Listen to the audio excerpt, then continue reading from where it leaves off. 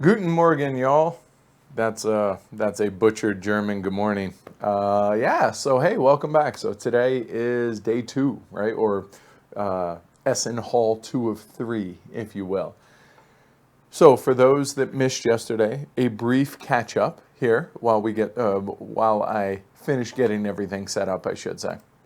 So yesterday, we went over everything that we had muled with us physically in our luggage back home, which was, I think we counted roughly 42 items, including expansions, promos, and base games.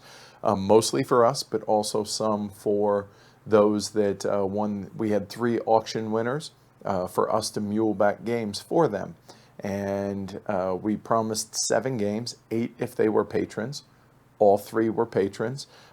So actually, I think they all got 10 or 11 respectively, because that's the way we roll. So yeah, so some of the games that are going to get unveiled today are going to be for them, mostly for us. But yeah, so that's that. So 42 total yesterday, and to my left, which is just off camera, there is, I don't know, about a 2-foot by 18-inch by 2.5-foot tall box on this side full of games, and there's one over here full of games. The reason I didn't put it here on the table is it would be me trying to do this, and it would ruin the surprise because you guys would be able to see down, and that's no fun, right? I mean, why else are you guys watching, right?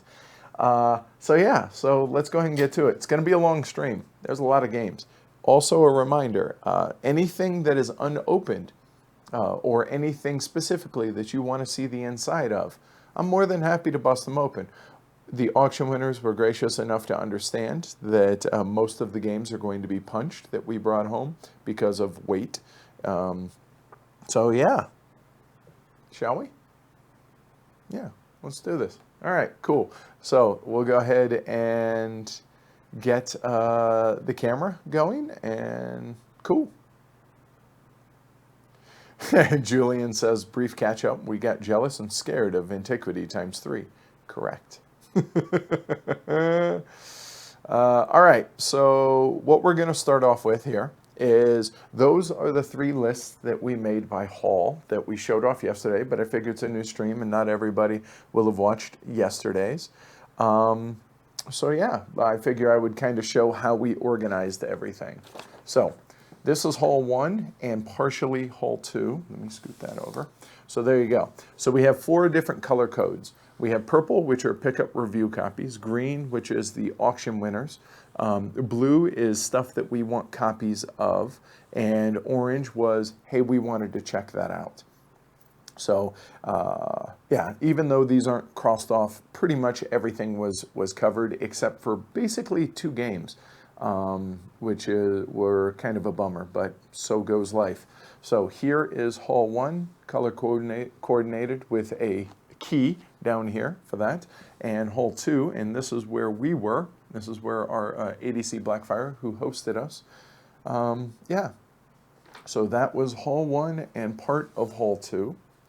And then we had the rest of haul 2 and then haul 3. And along with that, we have the color coordinated haul 3. So it's important to note here, and I think this is really to show off the scale of things. So you're looking at haul 3, haul 1, and haul 2. So we had 180 games on our list. I think it was 172, 178, somewhere in there. Call it 180. And everything is color coordinated. So you see all these blank spaces that are out here? Those were things that, even though we had 180 things on our list, that weren't on our list in any form or fashion. Now, that doesn't mean we didn't go by and see stuff, but think about that. Look at how big this is. It's massive. Amanda told me when we were walking through the hall on Wednesday, oh, it's not really as big as you made it out to be. And I was like, wait, what? So, and then there is haul 3, 6, and 7, and 8. So we have the remainder of haul 3 right here. Haul 6, which is a smaller haul. A lot of things that we wanted to just check out. Haul 7 surprisingly or unsurprisingly, you see all this purple? That was our main hall for stuff, it seemed. So hall 7 there, and then look at all this. Wanted to check out more stuff in hall 7, even though hall 7 is not by any means the largest hall. And then hall 8 was all indie developer stuff that had some really cool stuff in it. And I really dig how they did this, to where this is the real tiny publishers were in hall 8, and they had some really cool stuff, which I'm sure we'll go over at some point today. And we touched on a little bit yesterday. So hall 7 over here, hall 6 there, and hall 8 up there. I gotta say, hall 8, I feel bad for those that were up in this area, because the toilets, like, they were porta potties that were just up here, and oof, yeah, that was rough come Sunday. I feel bad for them. So all right, so that kind of gives you all a very brief, very rough idea on how we coordinated everything, as well as kind of what the maps look like and everything. Cool, so yeah, left or right? Which should we start with? My left or my right? I'll let you all choose while I get something to drink.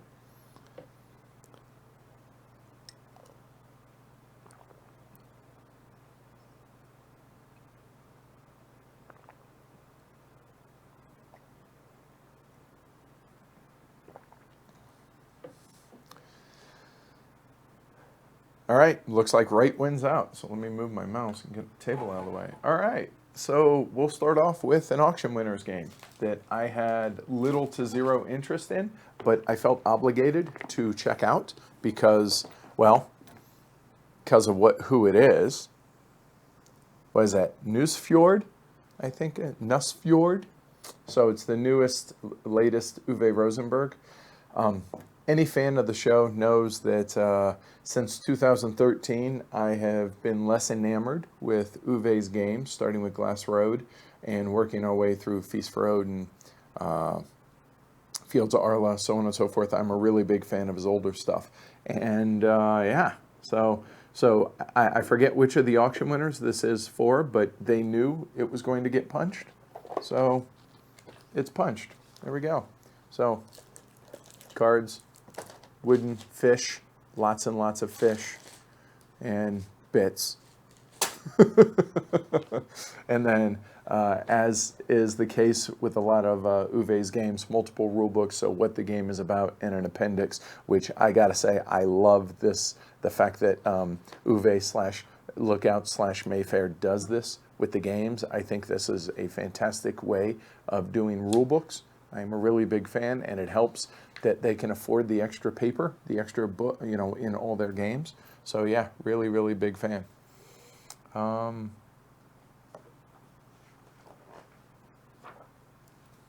yeah, there you go.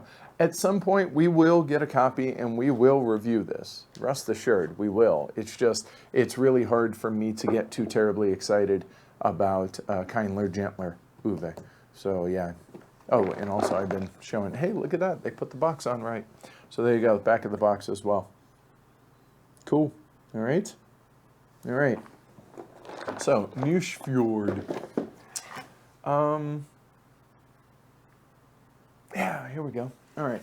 So, this is the first, I'm literally unboxing. Like, I haven't seen the condition of any of these games, so I am a little apprehensive doing this live like this, but it's kind of what we do. So this next one, I didn't hear a ton about. It's from a couple of publishers that are, one new, one less new, that I've heard some really positive things about this game so far. It's kind of flying under the radar. I haven't heard a ton, but that of which I have heard from the people I trust, it's been positive. So, Carthago, Merchants and Guilds. So, for Iron Games and Games Up, a couple of publishers. So the guys behind both of these publishers actually co-designed this. So Bernd Eisenstein he's done Peloponnese or Peloponnese, however you want to say that. He's also done Phalanx. He did, God, now I can't think of the name of the one that we like with the horrible cover. From Spiel 2014. Anyway, in Games Up, so Ralph, I think it's Beinert, he is the publisher behind Games Up. They did Martin Wallace's The Arrival, which is a reimagining of Mordred, Martin Wallace's older game. So yeah, Dutch Yoda, take care. Thanks for joining us. So yeah, Carthago, definitely one that I was really, really excited about. Plays 2 to 4, it says in about 90 minutes. I'll open it up, but here. Actually, we can zoom in a touch. There we go. You guys can actually read that, I think. Oh, by the way, if you're not at 1080p 60 and your internet can handle it, go ahead and do so. Everything will be a lot clearer for you. Panthalos. Thank you, Amanda. That was it. So yeah, definitely looking forward to this. So Carthage, about 800 years BCE, founded. Players represent merchants who attempt to increase their wealth and influence while improving their status within the Merchants Guild. Players try to become Carthage's greatest merchant. This is achieved by loading wares, financing expeditions, and exerting influence in clever ways. All right, I like clever. We all like clever. Let's check it out. Not a ton in here. So a little summary card here. We have the rule book, a score pad, which is all the rage nowadays. Deck of cards. Oh, this is for the Arrival, a little tiny expansion that adds little asymmetry to that. So because it was games up, we threw that in with the box. So take that out now. More cards. Got the wheel. There you go, and just some other bits in there. It looks really good. I'm really looking forward to it, and look for this one coming on the show sooner rather than later, honestly, because it's one of the ones we're most excited about. And by we, I mean me, because as y'all know, Amanda doesn't anticipate games. So yeah, Carthago, soon. All right, let's go with another.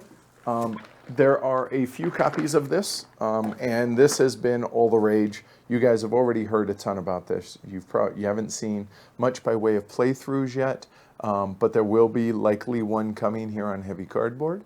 It was on Kickstarter, designed by Jozu, I think is how you say it. So, Clans of Caledonia. So, the original reason I was interested in this game is because it professes a dynamic market. So really dig dynamic markets and player-driven markets. So I'm looking forward to checking this out. I've heard a lot of good things. I've heard some that are, but that's why we play the games, right? To try and get our own opinions. Yeah, so Clans of Caledonia. So back of the box.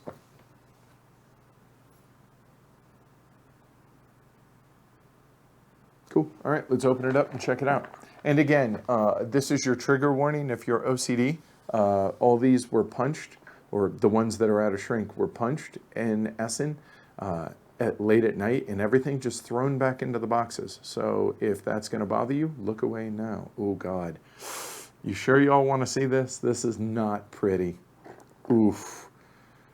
Oof. Good thing I have two people that are OCD in this house and love sorting things, because, ooh, that one's horrible. Oh, look at that. Oh, that's gratuitous, isn't it? All right, so we got all the wooden bits in here. Baggies, because that would have taken way too long for as many games as we had to punch. Oh, look at this. This is kind of fun. Knowing that I don't have to be the one to sort this. I am so glad. So, dice come in little baggies. All right. Yeah, so Clans of Caledonia. And I'm hoping there's a rule book down underneath there. Oof, that was painful to look at. We're just going to set this over here. Youch. Okay, cool. Good. All right, so Texas CPA says he played it last week and pretty good. Ah, okay, good to know. Cool. All right, so this next one is an interesting haul. This was from a designer, publisher, friend of ours, Tony Boydell. So he offered during HeavyCon to offer, he offered up some games. He offered up a copy of My Cousin's War, and he also offered up an unpunched copy of 1830 as a giveaway for HeavyCon. So he delivered it. So there you go. Yeah. Unpunched copy of 1830. I'm a little jealous. I don't even have this, and now we have to give it away to whoever won this at HeavyCon. Very jealous. Not gonna lie. But happy to mule. You know, it's what we do. So there you go. Cool. All right, so we won't spend too much time on that. Yeah, let's go with this. So this next one is a highly produced, well-produced prototype from the designer and publisher of Iberian Rails, which was on Kickstarter some time ago. So yeah, one of the guys or the Monsoon Publishing, which is Tony Chen, as you can see there. So he's got a interesting little two-player battle bluffing kind of cool card game coming out called Warriors of Jozu. So the art really isn't my style. I'll admit it. However, he gave me an overview of this game, and I was like, this sounds really, really clever. So let's go ahead and show you the back of the box. Like, this is the prototype. I mean, wow, right? I mean, this is pretty impressive for a prototype. All right, so this is a clever two-player card game. So it might be easier if I just open it and try and briefly explain it to you guys. Super thick punch bowl. I mean, this is a prototype, dude. This is nuts. Rulebook. So, and then a bunch of the cards. So the premise of the game, and I hope I'm doing this right. Again, I was tired. Brief overview. So two-player card game. So players are going to be playing some of their cards down onto this, onto their side of these boards. And there are different little themes to them, whatever, and the value of the card that you put there is going to be multiplied, so that's going to be worth 15 points. And you're only allowed to play a certain amount of points between both sides within each battlefield, if you will. So there's 6 battlefields here. 5 battlefields, I can't count. And then each player is going to have one, and I don't see it right off, so you got different bits here and there. Each player has, there you go, has a secret card in which they've played that is number 2 through 6. And that's what active battlefield that they're actually going to try and score. And they're going to score some amount of points based on if they win that battlefield. And then for your opponent is going to score one of the others. But again, the cleverness comes in, if I'm playing a 2 and I play this 3 over there, that's going to be worth 6 points. Whereas if my opponent played a 5 and had 5s and 3s, and that's going to be worth a whole lot more points. So I want to make sure that I'm trying to win these higher battlefields, but I can only go off of the information as he's playing the card. So kind of pretty clever little deductive reasoning game that the game plays over a number of rounds. However, if at any point players start at 23, they're going to lose points based on the battles that they lose, and it's possible the game can end after 2, 3, 4 rounds. So yeah, so that's kind of a very, very brief overview of the game. So I'm not going to do this for every game, but with this being a prototype, I thought I would mention it. And the card artwork is pretty cool on this. Look, I don't like that.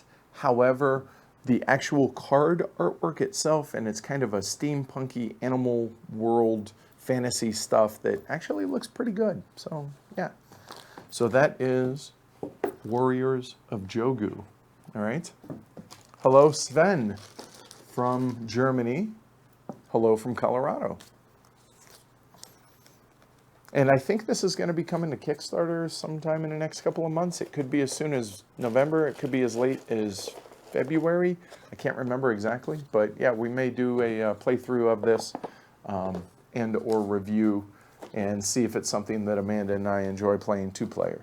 So, Warriors of Jozu. All right. Oh, wow. Let's go ahead and keep it consistent. So, since we're talking Monsoon Publishing and Iberian and Tony Chen, Iberian Rails. So there you go. So this is kind of Chicago Express with characters. And I'll be honest, I'm really apprehensive about the character aspect, but willing to give it a try. So we'll definitely check this out. So Tony gave this as a review copy, so we'll definitely check this out and review it on the show in the coming months. This one's still in shrink. I can bust it out if you guys want. Otherwise, we can keep going. So yeah, cool. So Anthony, stoked about Iberian Rails or Warriors of Jozu? I'm curious. So yeah, it piqued my interest. I mean, it's trains plus a little asymmetry and everything. So we'll give it a try and we'll see how it works out. Okay, Iberian Rails. All right. So this next one, we actually have 5 copies of it. And the reason we got 5 copies of it is most of the auction winners wanted a copy of this. This was on my obscure, small, oddball list of Essen preview games that I was really excited about. Sorry, I got caught up in 2 different sentences. I noticed that a lot of the more weird, offbeat, small games were higher on my anticipation list than the actual top 10 were in a lot of cases. Not always, but in a lot of cases that was the case. And this one is way, way up there for me. It's from Japan brand, which this is going to be my first experience with them, so I'm looking forward to trying it. And the game looks like a prototype, and for some reason, that appeals to me. I don't know why, but it always does. And yeah. Any guesses? Can anybody read that? Huh?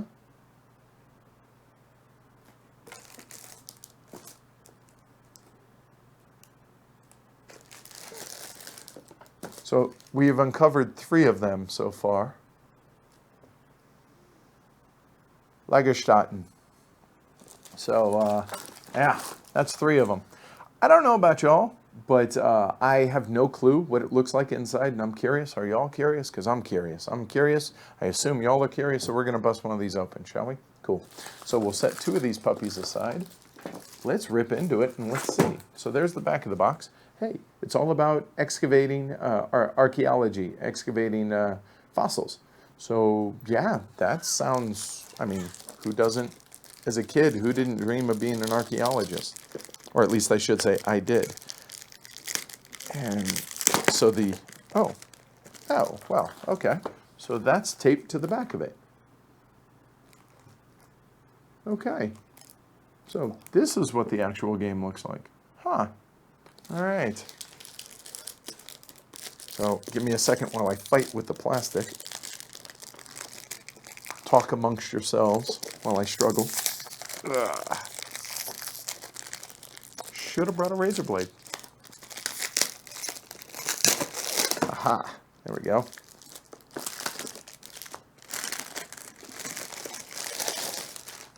Plastic gone.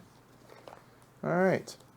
So, oh, okay. This is just, okay. There's the back of the box, and there's this. So we'll read this. It says, Laggerten, a deposit of sediment deep in the earth holding miraculously preserved fossils of great academic value.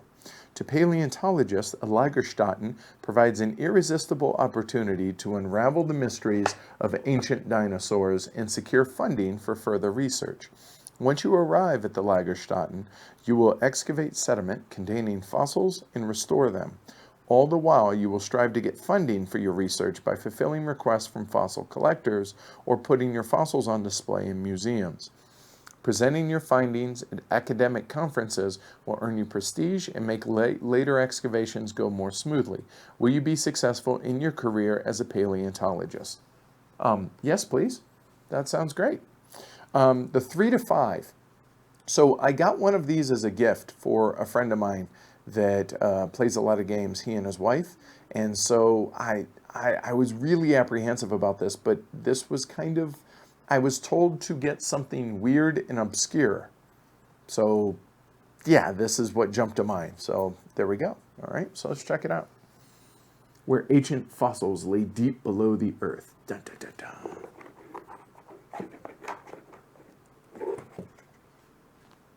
All right. So we have a deck of different cards, and I can bust these out because I'm curious. A bunch of wooden discs, different colors. We have a fairly thin rule book here. Not in English, okay?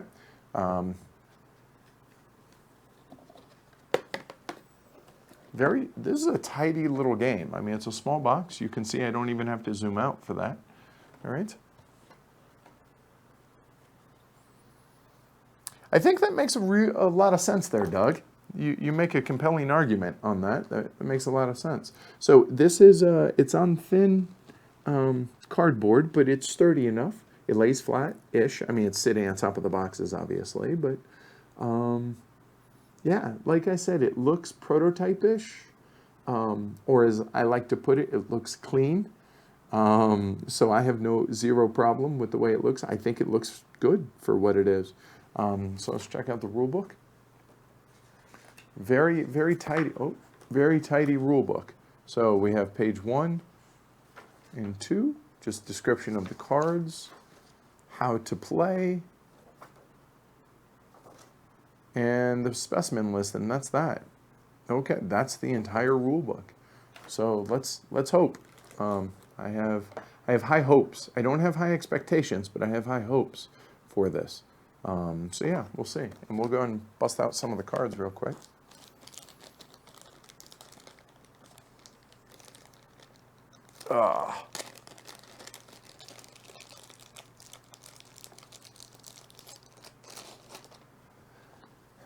So some of the fossils. So these are, yeah, they're plenty good. They're not linen finished, but they're solid construction cards.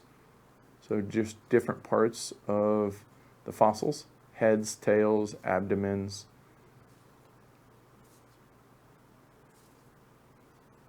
Okay, cool. All right. So yeah, this is another one that was high on my list, and you'll probably hear more about it sooner rather than later. Let me try and get all the cards back into the bag. Because yes, I realize we just threw stuff in the boxes when we punched them, but I'm home now. I can't really do that. So there, put that back in.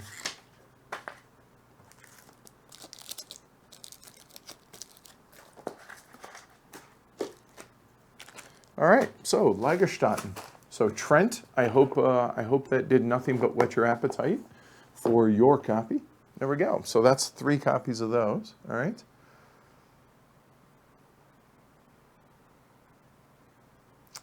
That makes a lot of sense, Doug. That makes a whole lot of sense.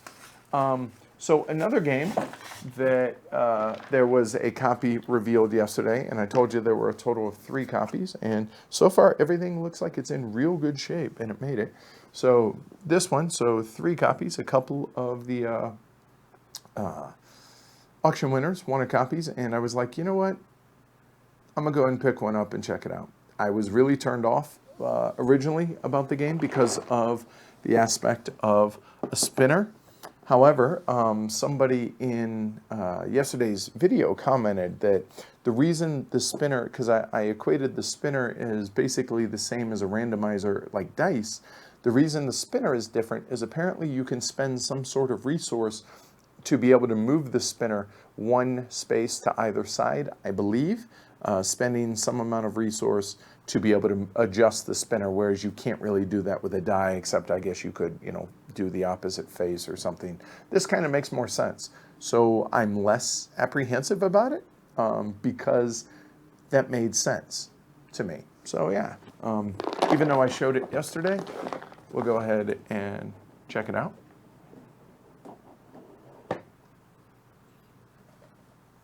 Okay, good to hear, Trent. A pretty meaty rule book here, and is it all English? It is not. Okay, good. So from there forward, I believe is French, maybe? Nope, Dutch. Really? Whew, German. And then that is not English either. That is French. Okay, so it's only actually 7 pages of rules, including setup and stuff. So there we go. So there's the first couple. Looks like a lot of examples, which I appreciate when it comes to setup. I am a big fan of that. Don't just tell me, but show me. It makes life easy when setting the game up, especially when you come back to a game after having not played it in a while or playing it for your first time. So that looks good. Looks pretty tidy. I don't expect it to be terribly heavy. I expect it to be a solid mid-weight Euro, which is probably exactly what it is. All right, and this is the big spinner base there. Cool. All right. Antenna. All right, we'll just push that over. Okay. Oh, here is another Clans of Caledonia, so we don't need to spend any time with that since we've already covered that. Okay. Another game that was covered yesterday, and this one looks to be in pretty good shape as well.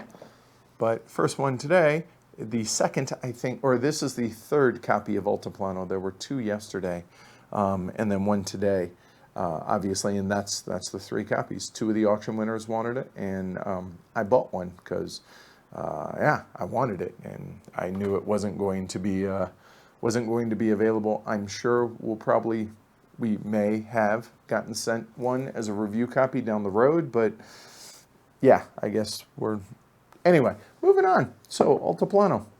So the bag builder, similar in that respect to Orleans, and the high plateau between the eastern and western Andes. And as you can see, both by the artwork, the colors, the llama, and everything else. Ooh, this is going to be painful to open for y'all. Okay, so far not bad. Rulebook number 1, rulebook number 2, and just lots of loose bits. Oh, look at that.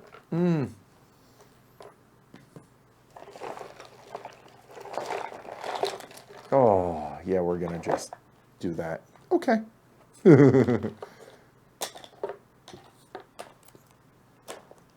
I'm so grateful for having Amanda and Matt who enjoy sorting games. So the rule books, this one is not in English. This one is in English. So, wow, that's a lot of different components here. And it looked to be all cardboard, just about. Oh, it has a little container here that you build up, it looks like, right there.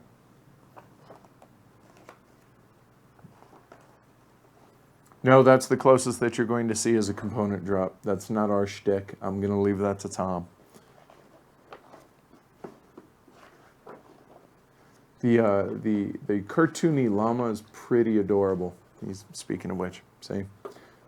I had a lot of words on a lot of pages, so cool. It looks pretty involved. We'll see. I have heard some mixed things so far about it, but again, this is why we play the games ourselves.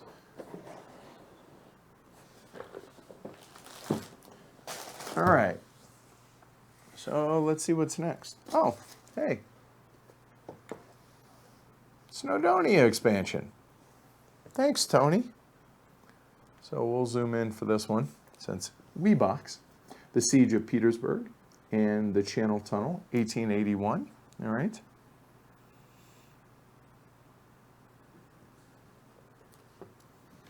Two scenarios in one box. Da, da, da, da.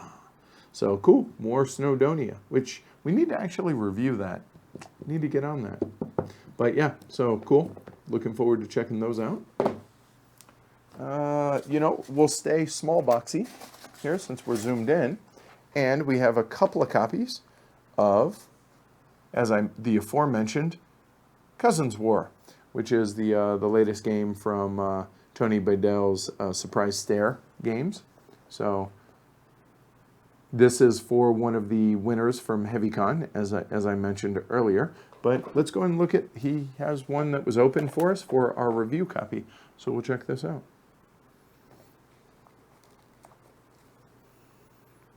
The Battle of Tewkesbury, event rules here, and events. So, small little rule book, more cards. We have some cute little wooden dice and some wooden bits there. That's awesome. Look at the size of this board. So you guys, you could always screenshot that and read it if you want. And that's the board. That's the whole board.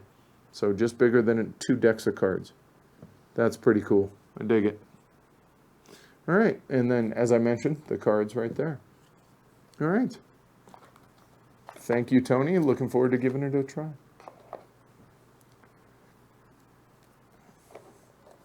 All right. All right, that's all the small box games out of this box, it looks like, at a glance, anyways. So this next one, I had zero interest in when we first saw it. I'm not big on holiday theme games. I don't think usually they are good games. But Amanda is really big on holiday stuff. And then on, I don't know, I think it was Thursday or Friday night, we stopped by the Atlantic Congress at Spiel, which is the big hotel that is right next to the Messe there at Essen. And a lot of open gaming going on. And we stumbled by Tom Vassell. And he was engaged. I actually, so quick little aside here. I wanted to stop by and tell him thanks for the support regarding the whole Reddit thing. And he was like, yeah, you may not have heard, but I was going through a bit of a kerfuffle myself. And so it was just nice to get support from a fellow media person. And let's face it, Tom is, I mean, he is the biggest of what we do. So that was always nice. So I went by to say hi and to say thanks for that. And he was in the middle of a game. And he was like, this is surprisingly harder than you would have ever thought. And at that moment, along with Amanda's asking if we could pick up a copy, I was like, okay, I'm going to go surprise Amanda with a copy of this. And I introduced myself to Balas, I think is how you pronounce the gentleman's name. He's the designer and publisher at Clever Green. And it is, I'm going to have to zoom out a little bit for this one, Christmas themed.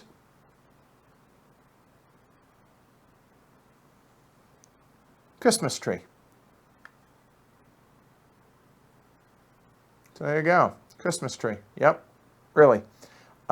Looked really, really clever. Hence, Clever Green, because otherwise that would be a misnomer, right? Yep. All right. It can be Christmas every day. So this just in. So if you guys weren't here yesterday, we said that Amanda had the idea that every year we do the advent of holiday gaming, which is a game a day we play every day in the month of December. Well, last year we didn't have a YouTube channel. We do now. So she had the bright idea of, hey, you know what? Why don't we stream a game every day in December? And I was like, that's insane. No. I said, you're not the one that has to teach them. However, it stuck, and I couldn't get it out of my head. So we're going to do that now. And it might not be a game every day, but it's going to be mostly games, along with interviews here and there, whatever, some Ask the Elephants. But anyway, don't be surprised if you see this on Christmas. Yeah. So, right. So it says, it can be Christmas every day. With the game Christmas Tree, you can decorate your pine any day of the year. Pay attention to the shapes and colors and formations. You receive snowflakes for the properly placed ornaments, and the player who has the most wins the game. But be careful. The most beautiful Christmas tree can only be yours No, not if the price is right, but if you are paying attention to not only your own objectives, but to the others. I mean, is that not exactly the type of game that we enjoy and that we try and highlight here at Heavy Cardboard? Seriously. Christmas Tree is a challenging and entertaining card game for families and experienced gamers alike. Well, it says players, but so it says 2 to 4 players, about a half an hour. From what I heard, plays a little bit longer than what it says, which shocker that this is longer than what it says. I don't know about y'all, but y'all want to see it? Y'all want me to dig into it?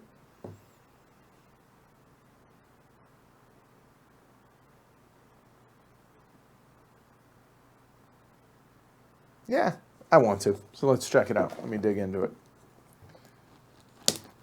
All right, at least this one opened easier than Laggerten.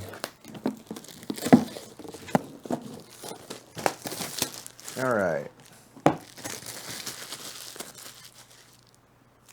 And we got a box. There we go. All right. Oh, it's got UV. I don't know if you guys see if we can try and manipulate that. Oh, yeah, there you go. You can see the UV on the ornaments and stuff.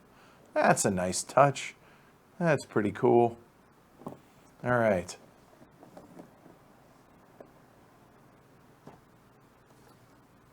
There we go. All right. So we have a bunch of ornaments and decorations here that are diamond shaped. There. And these are thin cardboard, it looks like. Oh, they're cardstock actually, but they're linen finished. Okay, so gingerbread men, other things. That looks like sugar cookies with some sort of filling.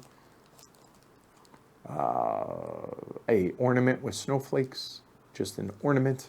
All right, cool. So that's that. We have some cardboard. I guess if you pass 100 or 200 points, that's copious amounts of scoring. And then these are odd because they're glossy. I think, yeah, that shows up pretty, yeah, you can see the studio lights there with the glossiness. So a little puzzle piece, little player board. Every player has one of these, and you can see the different ornaments that are half on these there. So more there. Score track, I assume. More of the ornaments and such, and a couple of rule books. So one not in English, one in English. Check it out. 18 tree.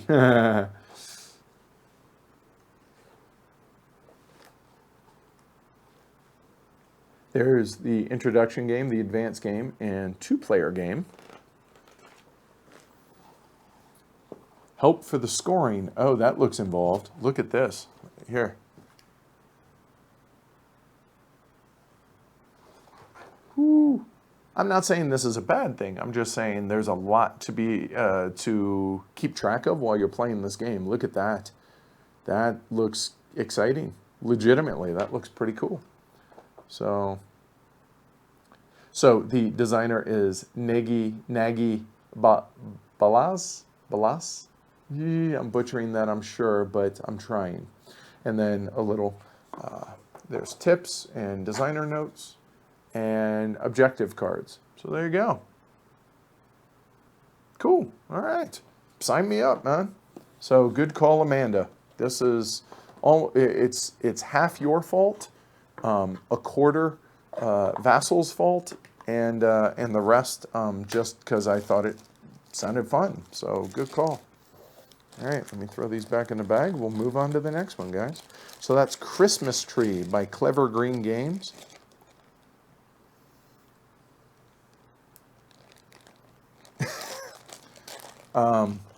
You know, Amanda, that actually sounds legit. So there you go. Oh, Christmas tree. Oh, you know what? It's not even Thanksgiving. Nope, too early for that. All right, let's see what's next. Oh, okay. So the guys at Tea Time Productions stopped by and stopped by for a quick interview. A con interview is what we call them. A lot smaller than the conversations with Heavy Cardboard. And they brought a copy of a game by Rustin Hawkinson, who you may know as the designer of Nations. we're not super keen on nations here at Heavy Cardboard. So this is the game that they brought with them. It's just a big black box. Not really. Tribes, early civilization. All right. Yeah. So striking box. It's very. It's supposed to be thematically the precursor to Nations, but very much its own game. So yeah. You'll have to listen to the interview to hear more. But they were like, yeah, we did this as a first-time publisher, learned a lot of lessons. They said the back of the box needs some work. I could see that. But yeah.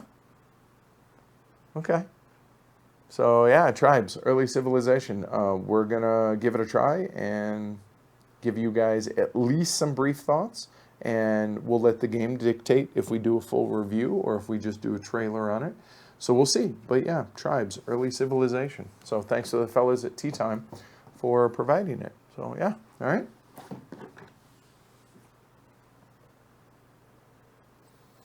All right, let's see what's under there. Oh, okay. So this one, a friend and patron gave this to us because he knows I'm a big fan of block war games. So Giovanni, thank you very much for the Columbia Games Pacific victory. Did not have a copy of this. So yeah, block war game in the Pacific. Cool. Thank you, Gio. So cool. All right. Let's see what else is down there. Oh, we have another little bit dished version of Montana. So the bottom's a little bit dished, so I'll probably keep this one and give the auction winners the ones that are in better shape, but we've already covered that, so we don't need to do more. So another Montana. So that's the third and final Montana. Oh, we have a third Cousins War. I believe this is to be able to give away on the show, which we will do at some point in the future. All right. So yesterday we showed off 2 or 3 copies of this game that we're going to be doing a playthrough of tonight. We got a couple more copies of it. Kalimala. So we brought home 4 or 5 copies of this. Some of the auction winners wanted copies. We wanted a copy because we're going to be reviewing it next week, doing a playthrough of it later tonight at 19:30 Mountain Daylight Time. So yeah. I believe we have an extra copy, so we may be giving one away on the show as well. Not tonight. We have a different giveaway. But yeah, at some point, maybe for when we do the review, we may be giving away a copy. So, all right. And the copy, if we do have an extra, which I think we do, if we do give it away, it comes with the extra little building. So, cool. Another review copy of a game that I'm stoked about. I'm a big fan of the designer. Alban Viard's Card City XL. So, yeah, this has already been out a little bit, and folks seem to be enjoying it and hating it in the best way possible. And I say hating it like it's very easy to screw yourself in this game because Alban really likes spatial stuff, and people like me struggle really hard with spatial stuff. So, yeah. But, so it takes Card City and amps it up. Pretty funny. These stickers right here were all the rage at Essen this year, and games were held up in customs because they didn't have this sticker on it. Horrible. Anyway, but yeah, looking forward to reviewing Card City as well. Yeah, exactly, Anthony, and that's what I mean by the fact that people are hating this, that it makes you feel really, really dumb and you love it. That's exactly it. So yeah, so definitely looking forward to reviewing that. Cool. All right. So oh, look at that. It fit. The next one is one that actually I'm hoping to check out myself, but we did not pick up this for us. We picked it up for former co-host of the show, Tony. He gave me a list of a couple games, and we brought one of them home for him. And that one was Raja of the Ganges. The artwork looks very Bollywoodish, kind of like very bright, very vibrant, very saturated. The antithesis of something like Laggerten. So there's the back of the box. But I'm sure that we're going to give this a go and probably talk about it on the show, even though it's not our copy. So, Tony, I know you're busy at work, but yeah, this is for you, bud. So we'll check it out, though, real quick. And it's punched, and ooh, this is going to be painful.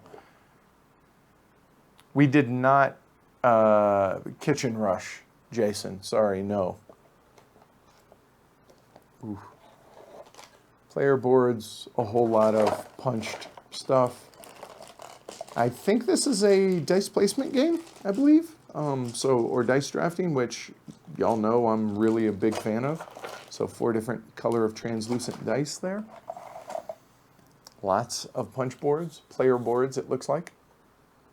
Double-sided, although, nope, they're different. Okay. And the rule book. So the beginning is not English.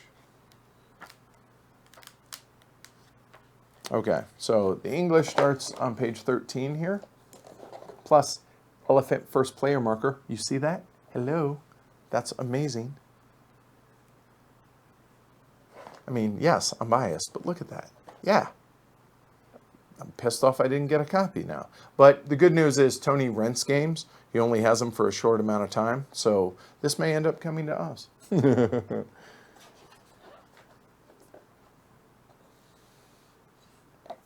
board looks very, very busy. But yeah, definitely give it a try.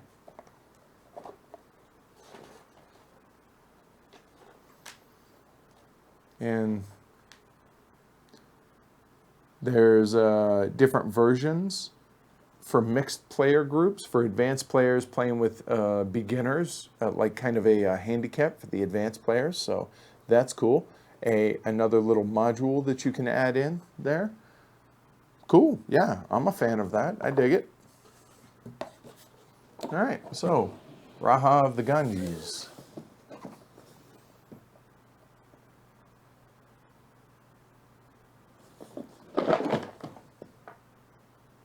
Lower right hand. It did. Who asked that? Christopher. Right here. Yep. Yeah, Robin, once she plays this probably once or twice, Robin's Tony's wife, she'll probably be unbeatable. Midweight Euros, nobody can beat her once she gets the hang of it. She's a master of this stuff. So, Anthony, all right, take care, have fun. So, yeah, cool. All right.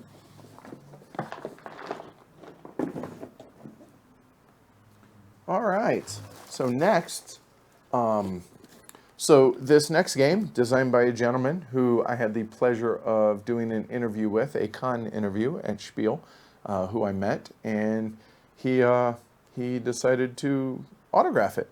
So that was cool. It's a guy who I was excited to meet. I've never met, never talked to, never seen a picture of. So I did not recognize him when he, so you can see, heavy cardboard inside there. So Mac Gertz, Transatlantic. So thank you, Mac, and the folks at PD Verlag for the review copy. Yeah, this game's we've been waiting for this for what, 3 years, I think? It kept getting delayed. And I drove home, not hard in a bad way, but in my interview with Mac, I asked some pointed questions about why the delay, what changes took place, and how things came about. I also talked about how he became the Rondell guy and everything else. And he was a really interesting dude, and I'm hoping to sit down for a longer interview and do a conversations with heavy cardboard with Matt Gertz. So yeah, really, really stoked. So cool. All right. So. And so there are, as he explained it in the interview, there are basically 2 versions of the game. There's a family game in here, and then the way the game was originally designed to be played, which is with the shares, I think it was. But there's, you know what? Let's just bust it out and not guess. Let's just actually find out. So.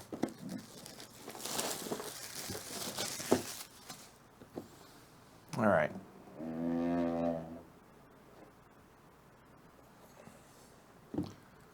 All right, so a lot of cards. I saw this, Mac was actually teaching this at the PD Verlag booth when I walked up. He had just finished it.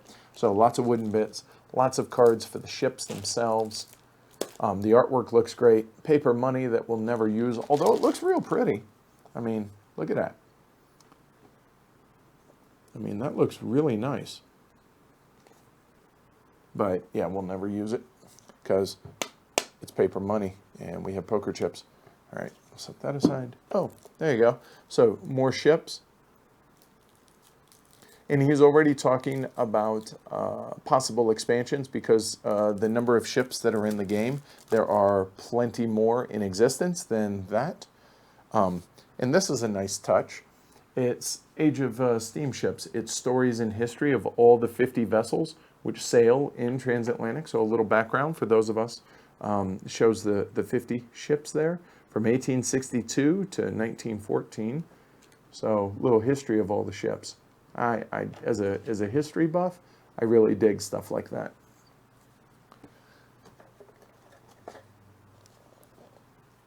Punch board, baggies. This one obviously was unpunched by us.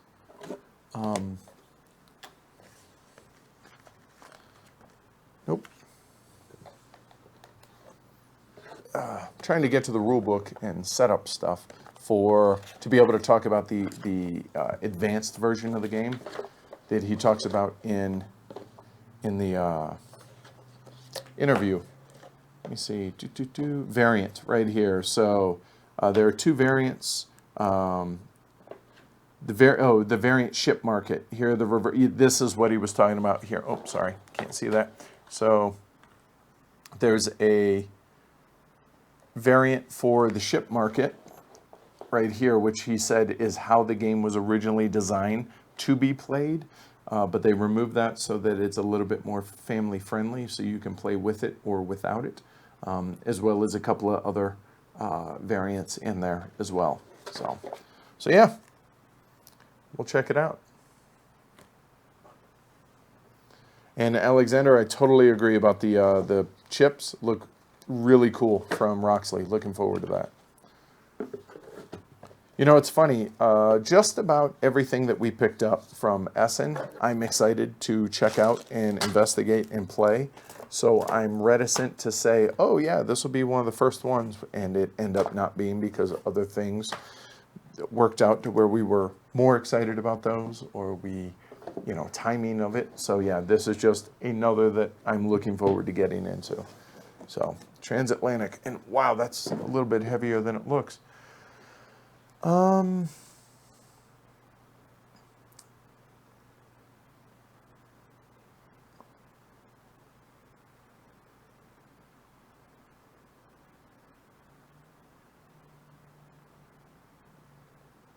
right.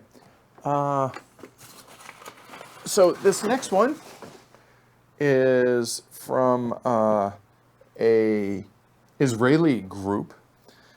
So Elad and Pini thought that we would enjoy kind of thinky filler, Edge of Humanity here. This is a really big box and very light for the size. I mean, it's a pretty thick box here. And as you can hear, there's just not a ton of stuff in the box as far as there's going to be a lot of space here. 224 cards, tactical map, and some tokens and some standees, and that's it. So we'll give it a try. We'll see how it goes. I've heard some good things about it so far from those that have tried it. So we'll give it a try, and we'll definitely at least do a trailer on this for Edge of Humanity. So thanks to the folks at Golden Egg, both Pini and Elad. So thanks, guys, for that. All right. So then it looks like we only have one game left. And boy, let me see. Yep, Okay, so that box is empty except for this. Now, this next game was my number 2 most anticipated game of all of the Essen time period, or the number 1 most anticipated game at Essen, because number 1 was 4X, which, Spiel. They're American. Some folks didn't realize that, so we muled games over for them. And they were like, oh, we thought you were muling them back because we thought they were European. Nope. So anyway, my number 1 most anticipated game on my top 10 list that was actually at Essen is by a company, a Spanish company called Four Dados, and a patron of ours, friend of ours, Aaron, said the entire site, everything's in Spanish, so he either ordered a copy of this game or women's shoes. He doesn't know. Good news, though, Aaron, is the game does exist. I saw it, and I have a copy of it right here. So it's 2 or 3 player game, plays in 3 hours plus. Democracy Under Siege. So this is another weird one to try and talk about while at Essen, while at Spiel, because of the premise of the game, much like yesterday's Secrets of the Third Reich, or Secret Weapons of the Third Reich, sorry, to where people are actually working on the side underneath Heinrich Himmler. So, yeah, in Germany. So they changed the cover on this, because last year they could not bring a copy of the game in with them because it actually had a swastika on the cover. And those are illegal in Germany with obvious reasons. So yeah, this is Democracy Under Siege. So really, really excited about this game. So here we go. Dateline, Germany, 1933, January 30th. Hindenburg names Hitler Chancellor, da-da-da-da-da. So the above is history. But what would have happened if, instead of bringing Europe into a maelstrom of war, the infamous Austrian corporal had abandoned his plan of global domination and taken the path of peace? Would World War II still have broken out? Or would the Nazi hierarchy and the German industry still have pushed the Führer to war with Poland? What would the dream of a greater Germany have been without Austria, Czechoslovakia, and the other German territorial claims? Would the Western plutocrats or the Soviet Colossus have fought the fascist dictatorship anyway and nevertheless inexorably triggered global conflict? Democracy Under Siege, interactive simulation enabling you to explore all such questions. A card-driven strategy game reproduces the geopolitical conflicts and political struggles that led up to the Second World War. The game covers the period of 1933 to 1940 and is designed for 2 to 3 players. Each takes on the role of one of 3 ideologies: democracy, Nazism, and communism, that struggle for power during the timeline of the game. Yeah, this sounds fantastic. I am super, super stoked about this game.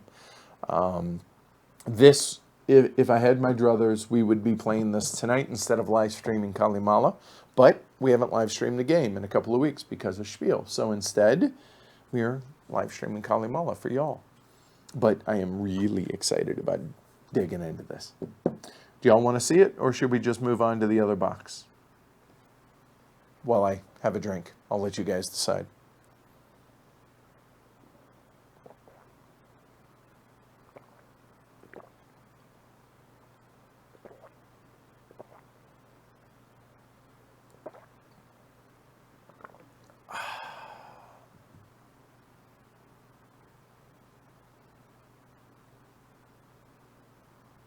Okay, all right. And, oh, that's interesting. So Alexander says there are harsher laws regarding depictions and artifacts related to the Third Reich in France and Germany, but the people may not be that hurt by the subject. And that might be the case, but when we're over there, obviously, you know, being an American, obviously we played a big part in World War II, but it wasn't in our backyard outside of Pearl Harbor. And so when you're talking to people and who had relatives that either fought in it, served in it, or their town was directly impacted by it, it feels like a bit of a touchy subject, right? So, yeah, so being a war game buff, regardless of what people say, because we don't review a bunch of them yet, nonetheless, still trying to be respectful of everything. So let's dig into it. All right, cool. So there's the cover. A lot of wooden cubes. I mean, it is more political than it is war game, right? So you know what? Let's do it this way, so it fits a little bit better on the screen, and tighten it up. There we go.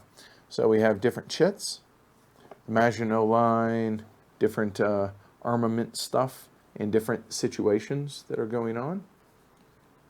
Oh wow, that punched easy. That was an accident. My thumb just barely hit it. Like, whoop. Oh, that's impressive. Not much by way of little nubs on the side. Nice, very nice. Okay. And the counters. Yeah, this looks really, really good. And high quality punch boards. Good start. We have some of the different cards here.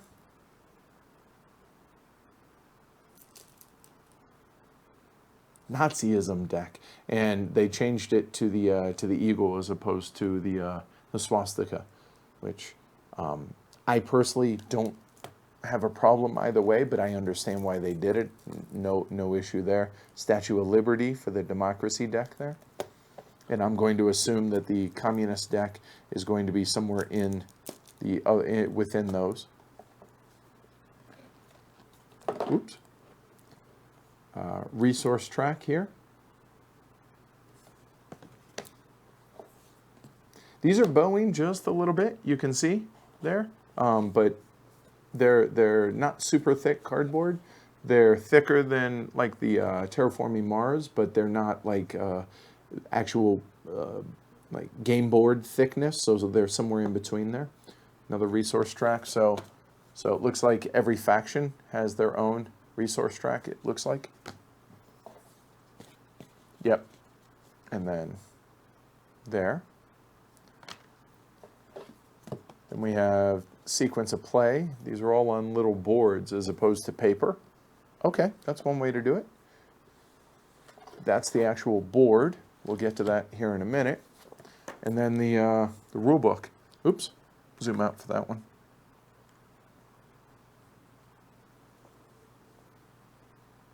I'll do that in a minute, Kurt, when I'm done. Also, in yesterday's thing, there is a campaign book that actually goes with this, but they were selling it separately. The guys at Four Dados were in disbelief that people might not want the campaign book, so they took it out and they offered it as a separate price, and they lowered the price of the game for it. They were kind of scratching their heads why that was the fact, but nonetheless, we have that, so that's also here. But it's in yesterday's haul because it was in Secret Weapons of the Third Reich. So it looks like a pretty dense rule book, but not anything terrible.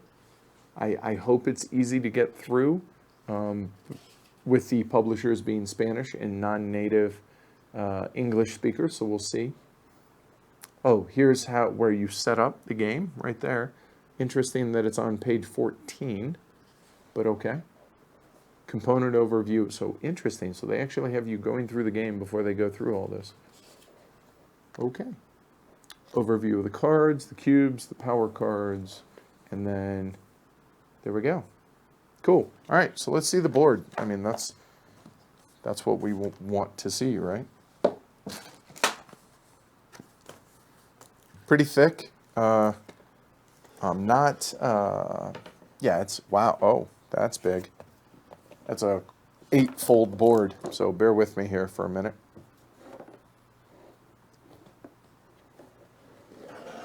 Whew. I don't know if I'm going to be able to zoom out far enough with all the games on the table, but we'll see. Whew. All right, yeah, we'll do my best here.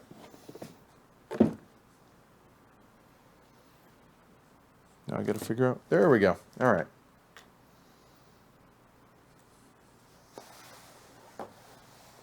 Wow.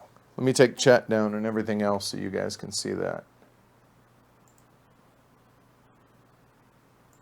All right. Turn Altiplano. There we go. So there's the board. Wow. That's busy. But actually pretty clear also. Like looking at it, like you can see Great Britain's resources right here. You can see Germany's. You can see Soviet Russia, Italy.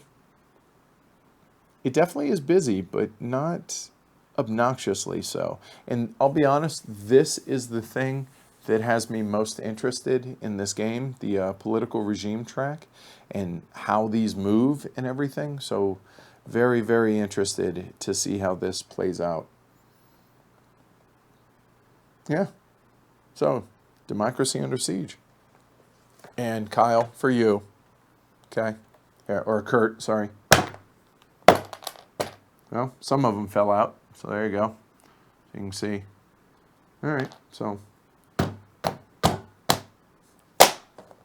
Nope. All right. So there you go. But nonetheless, you can see that punch is pretty easy. All right. Let's move on. We still got the other box to do. Oh boy. So how do we... Okay.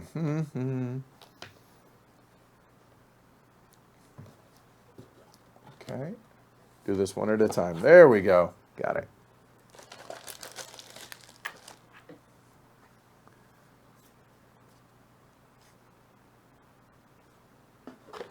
Welcome, Kabuki Kid.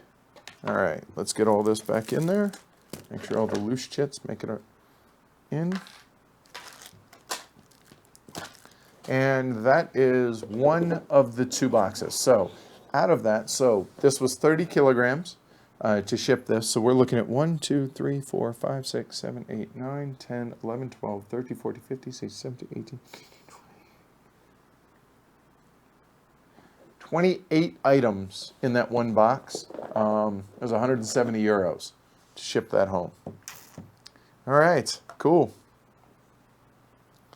All right, so let's move on to the left box now. Oh, I suppose I had to bring up chat and everything else. Sorry about that, guys. Hey, I'm back. Hi. All right, so this box. So we start off with, from the guys at Board and Dice. Yesterday I showed that we had a prototype of this game, and it is InBetween. So InBetween, okay, so we have this on that side and the other side. So this is very Stranger Things-esque for a card game, little two-player, I think it's two-player, right? Yeah, two-player, 20 to 40-minute little card game filler, kind of Stranger Things, the card game. So we're going to give it a try. Their marketing, they sent some pretty cool stuff for marketing-wise this game. So looking forward to checking this out. Plus a couple of really good dudes that run this. So cool. All right. So there in the upside down world. Okay. And here. All right. Let's dig into it.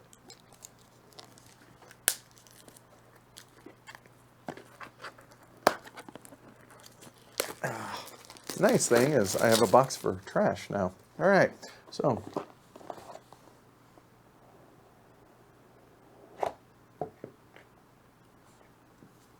rulebook, punch board, some wooden bits, and the deck of cards. But we'll start with the rulebook.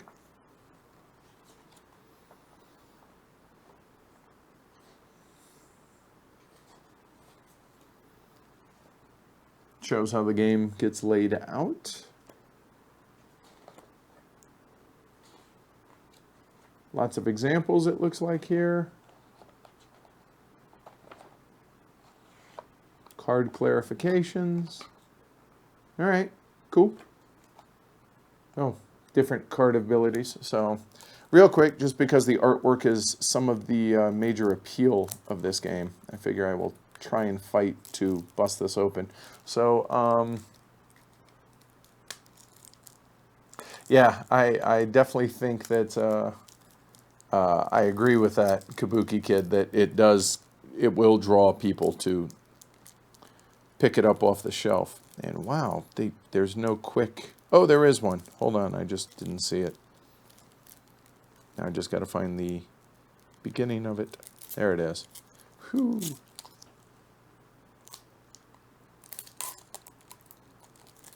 Okay. There.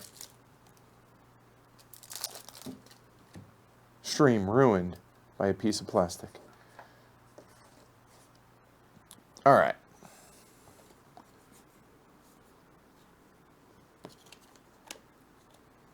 So the different cards. This kind of reminds me of what was the Walking Dead, the PC game? Just the artwork in that, kind of. Different characters here. Lance looks like he's having a really bad day. And then, so we'll start with the right side up world cards. So different things that you can do, as well as items here in the game. Yeah, really does give that Walking Dead feel for the video game, PC game, I guess. May have been available on other platforms. Then the Upside Down World deck. And I don't know if that's what they call it, but you guys know what I'm talking about with Stranger Things. Cool. So yeah, cards look good. Artwork looks good. We'll have to check out how the game plays.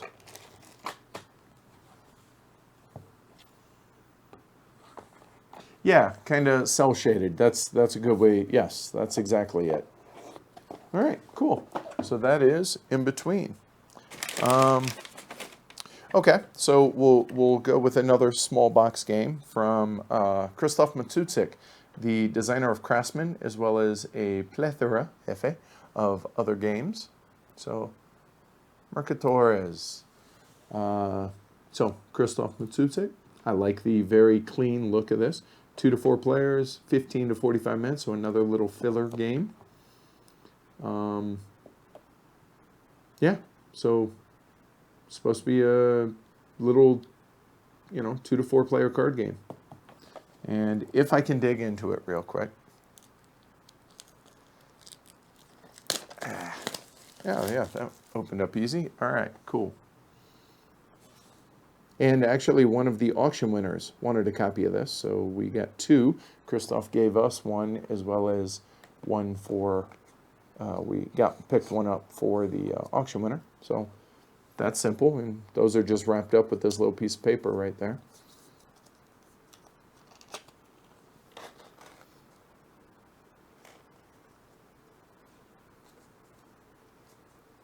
Different resources, it looks like. I'll be honest, I know almost nothing about the game other than Krzysztof designed it.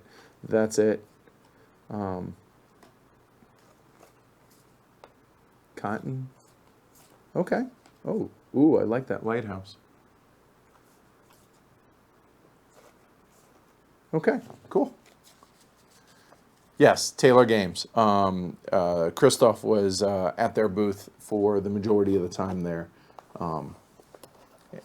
He also showed us one of his prototypes. We tweeted out a picture of one of his train prototypes. All right, so let's check out the rule book. Oh, wow. This looks like it's going to be really, really simple. Here, big font, small book.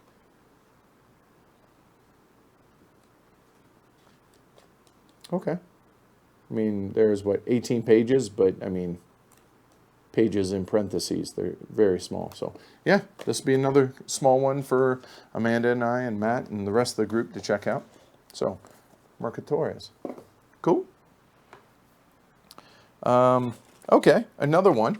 Another small box one, which I'm just going to go and open because I want to show this one off. It's a reprint of a splatter game. And no, it is not Antiquity. So the guys went ahead and did a game called Keek, I think is how you pronounce it. And this is the 20th anniversary of Splatter. And so, yeah, the fellas gave us a copy of this to check out. So it's a game, quote unquote, but it's more or less a trip down memory lane. Chad, our buddy Paul Chad, has the original, says it's actually a pretty good little game. that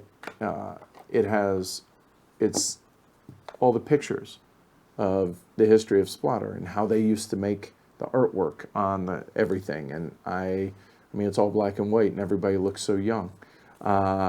This is pretty cool. And when we were at Spiel, or I'm sorry, beforehand, we actually stayed with Joris, if you heard. So here's an early version of Roads and Boats, it looks like, prototype. And we stayed in Joris's library, and so that was pretty cool. Food chain, and oh, this is kind of why I wanted to show it off, because, yeah, all right, that's kind of cool. Not gonna lie. Yeah, right? I think. So, yeah, pretty badass. Anyway, so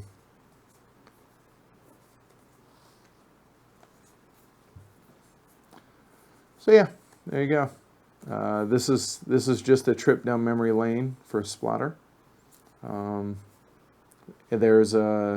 That's Ragnar, who is one of their main playtesters and everything. There you go. So cool. Yes, and Hank Rolleman, I'm not sure, is an amazing photographer.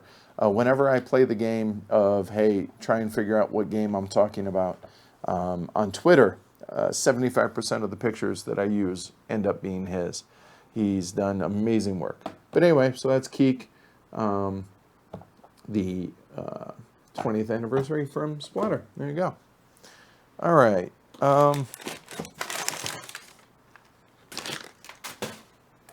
Whew, there's a lot in here. All right. So, zoom out just a hair. So this one is for one of our auction winners, because obviously we did a playthrough of this already. And this one sold out really, really quick at Essen. So I'm glad we were able to procure a copy. And like I was saying yesterday, that Mo Ideas is on quite the streak of games right now. So, and we got to meet and talk with Mark Garretts, and he sat down for an interview, and we're going to sit down for a longer conversations with Heavy Cardboard as well, designer of mini rails as well as steam rollers. So looking forward to chatting with him. But yeah, so mini rails, you guys have seen our playthrough of it already. Don't need to drive that home too much. Another small box game, expansion, not really game. That's pretty much all you need to see, and you probably know what it is, but Venus Next, yay! So another expansion for terraforming Mars. So this one allows you to terraform Venus, new cities, yeah, and new cards, and new corporations. So definitely something the game is wanting, and looking forward to checking that out. Cool. Yeah, so we have a Matt Gerritz and a Mark Garretts. Yes, that's not confusing at all. Correct. So yeah, Venus Next. Yeah, cool.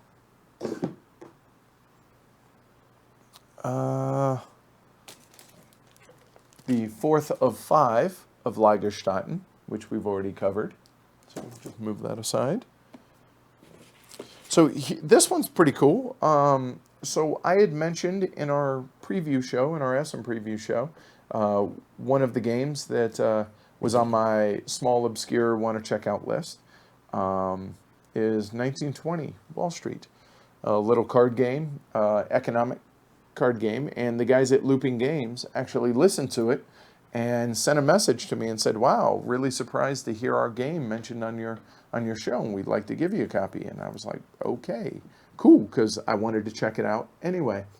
But so September 16th, 1920, a car with dynamite explodes in the most famous financial district in the world. Become a New York stockbroker, manipulate the market, buy stock, increase your capital, and get ready for the richest stockbroker when everything blows up. So, yeah, curious to try it. It sounds like it plays 2 to 5 in about 45 minutes, so hopefully it's more economic thinky filler. So, yeah.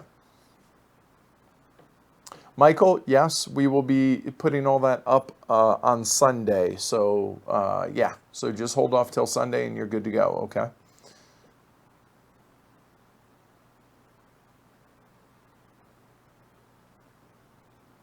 Oh, yeah, actually, Spencer, that's funny. That's Small World. We actually mentioned you in our day 9 of our daily diaries.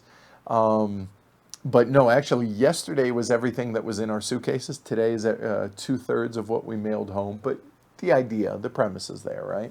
So yeah, 1920s Wall Street, more thinky filler that hopefully is good economic thinky filler. Always a fan of seeing good small games like that. Sticking with small games, and this goes back to yesterday's uh, little promo card that we had, and also talking more about Smooks, Shadows in Kyoto. This looks beautiful. I really, really like the artwork on this. So obviously Emperor S4, but Smooks, the head guy of TBD, the Taiwan board game design group, was willing to get us a copy of this. So I know very little about it, just that it sounded like an interesting game and the artwork was striking. So yeah, definitely another little card game that I want to check out. And since we like the artwork, let's show it off.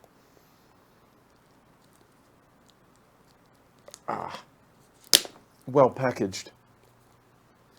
So out of everything you guys have seen so far, what are you most curious to hear about more, whether it's on the show, get your own copy, or see a playthrough of, or whatever?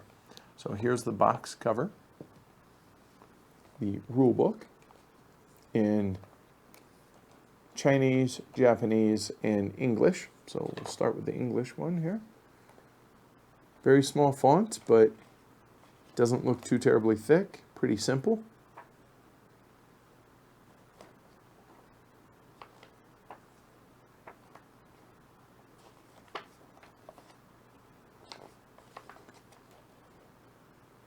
Advanced rules. Okay, cool.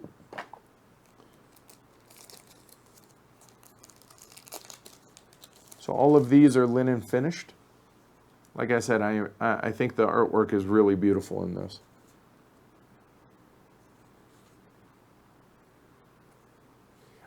What kind of style is this? I don't want to. I'm not well versed in Asian styles of artwork. I just like what I like, and so I don't know what it's called, but I think it's very pretty. And then reference of the equipment cards and tactics cards there.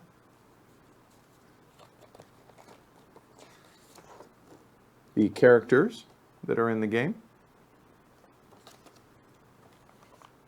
Stickers for the wooden bits. Oh wow, these are some tiny cards right here.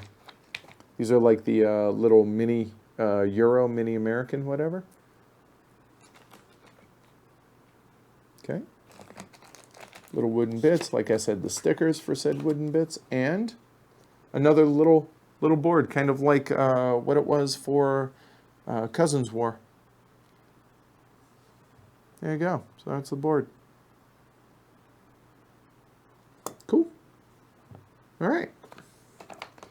So Laggerten, Altiplano, Transatlantic, Democracy Under Siege. Okay, cool, good, good, good. Quite the mix there in the audience, which I think is cool. That shows that there wasn't any, absolute this is the game of Essen type thing. So a little bit of something for everyone. So Shadows in Kyoto. Sticking with that small box and artwork that I really, really like. Next one from Homo Sapiens Lab, also part of the TBD. Bard Saga.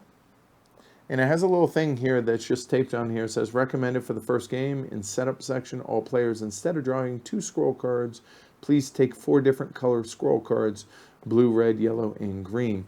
So this one plays 2 to 5 in 20 to 45 minutes as well. So this one, the reason I was interested in this is my all-time favorite book is, or books, as it were, the Iliad and the Odyssey. And Bard Saga says Homer was the greatest bard in history with 2 epic poems, the Iliad and the Odyssey.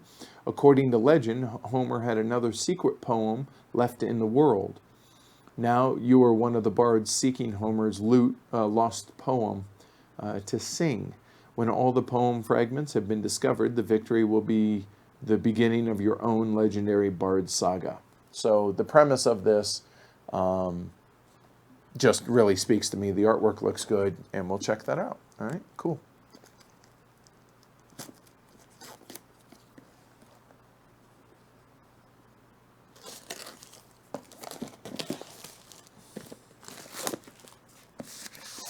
Yeah. All right. So, there we go. So the rule book is really thin.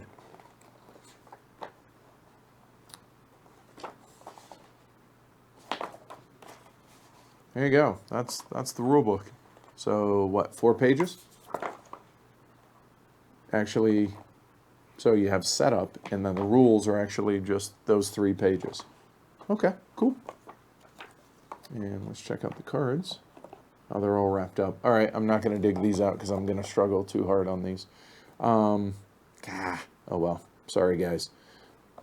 All right, so Bard Saga, Iliad and the Odyssey, plus a 3rd Hidden Homer book. So yes, I am all in on that because I love the Iliad and the Odyssey.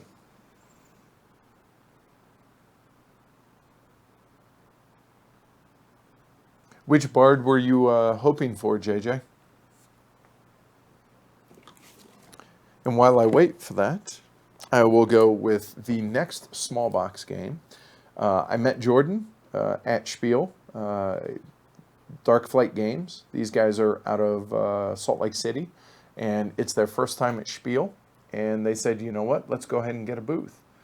And I was like, wow, that's brave. So they have a game, 2 to 6 players, 45 to 90 minutes, which is supposed to be Glory to Rome kind of economic game. Was on Kickstarter not too long ago. And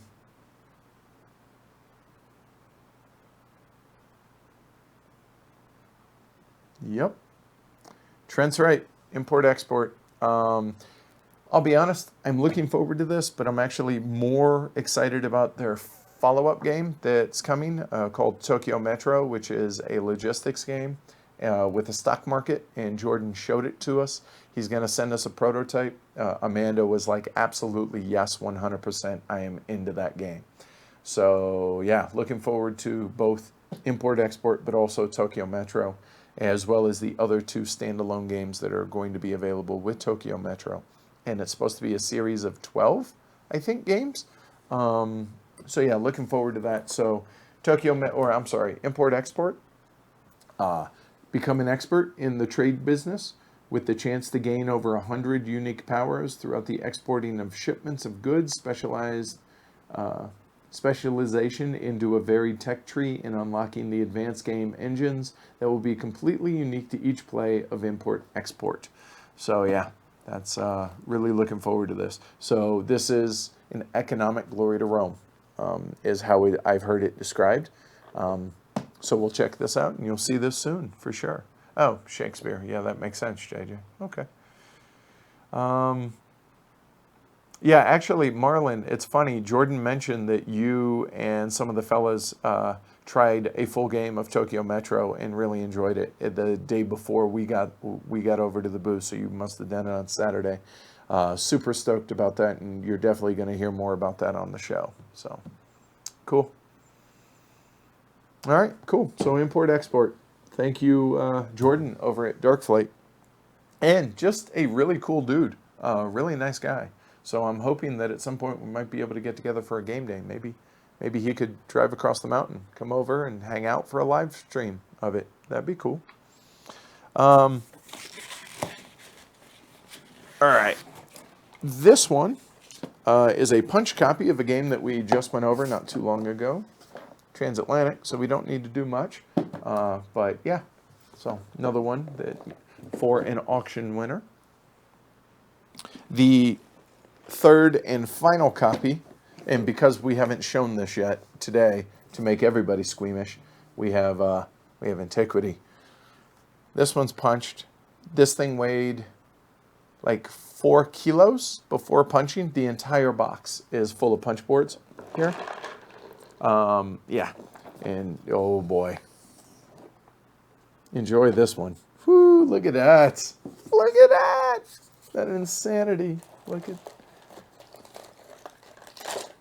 This one's actually our copy of it. So there we go. Whee! I'm so glad I don't have to mess with that.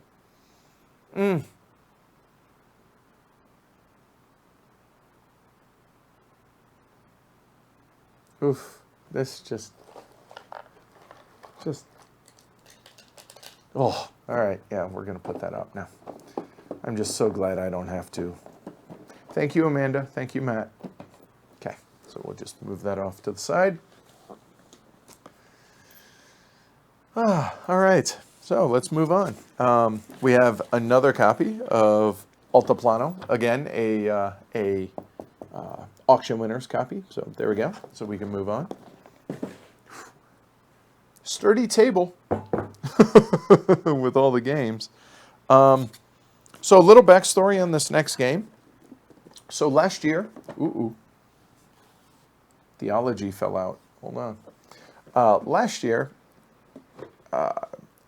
Jeroen over at Splatter was willing to mule some games back to the Netherlands for me and mail them home. Well, sometime or somehow, some way between me bringing them over or getting them to the booth at What's Your Game, which is who was hosting me last year, between that, getting them to Jeroen, and them arriving to our house, 5 games disappeared last year, and one of them was this next game. And so I reached out to ABBA Games, the publisher, and the designer, Paco Llanes, who's become a friend of ours, and told him, hey, this is really embarrassing, but somehow, some way, I seem to have lost a copy, so I offered to buy, because the first one was a review copy, and I offered to buy it. And I didn't hear from the guys at ABBA Games for, that was January. I emailed them. I didn't hear back from them until a week and a half before Essen, so what is that, 9 months? And they were like, oh, that's embarrassing. And they said, no, don't worry about it. We will just get you one. And so okay, thanks, guys. So Paco Llanes' first game here, Oilfield. This is where I met one of our patrons, Mira. She and I demoed this game last year at Essen, and it's a lighter, little economic game about drilling for oil and producing oil in the U.S., obviously. So I'll show the board. It's definitely a solid midweight game that we both really enjoyed, Mira and myself. So I'll zoom out there a little bit, put that there. There we go. So yeah, this is one that we're going to be reviewing, definitely, over the course of the next couple months here.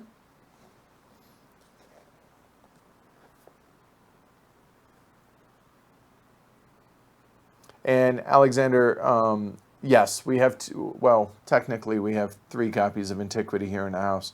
We have our old one, our new one, and Matt's new one, as well as another copy of the new one that we're sending to someone who's helped us out a lot with the Patreon drive. So, yeah, so there we go. Anyway, so Oilfield. So, pretty simple, but clever mechanisms here.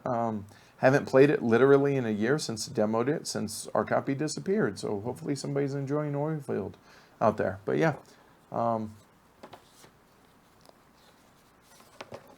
now I can't. There we go. So the rule book, not terribly difficult to learn. Granted, we had the designer teaching us, so that made it a lot easier. But yeah, run through that real quick.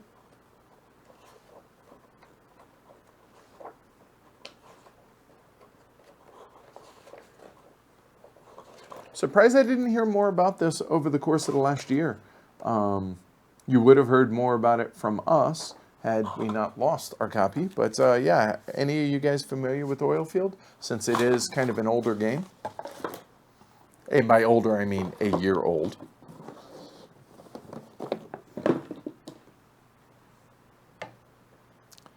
All right.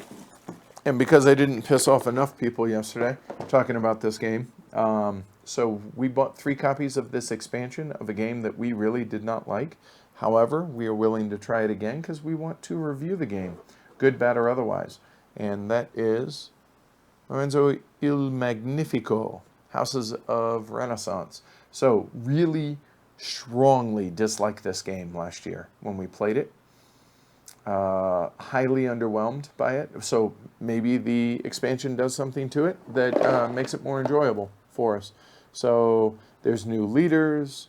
There's another tower that gets added. There's family tiles and so on and so forth. But yeah, eventually we will get around to reviewing this, probably with the expansion, and talk about it and see if we're still the dissenting voice. Because boy, is this game popular. And we weren't quite sure why. So our big beef with the game is that there is nothing original with the game, which is okay. Not every game has to have something original or whatever, but you either have to have something original, or if you're not going to have anything original, you better kill it. You better really do it great, something special with the non-originality. And I'll be honest, there's nothing in this game that this game does that isn't done better in another game, so I don't understand the purpose of why this game exists. Now, that's without the expansion, so we'll see. Maybe the expansion changes things, or maybe the 3 times that we played it, we had something going on and maybe just didn't give it a fair shake. I don't think that's the case, but we're going to give it a try and review it. So, yeah, so that's for the auction winners. All right. Next, another little story on this one. So I felt really bad for Renegade Games. Sarah Erickson, who's the head of their media and stuff, one of the nicest people in board games, and all their games were held up for one reason or another and did not arrive until Saturday. That can be really catastrophic for a company if you don't sell games that you shipped to Essen. So thankfully, their games arrived on Saturday. And this game that I'm going to show you guys originally was from Placentia Games, and we did a playthrough of this when the studio was downstairs. And so we are going to do another playthrough of it in the real studio that we have here, as well as a review. We're very familiar with this game, Kepler 3042. So it was cool that this got picked up by a U.S. publisher, and looking forward to checking this out. I literally have only seen pictures, even though it's been punched. I haven't seen the artwork on this, so let's check it out together, shall we? All right.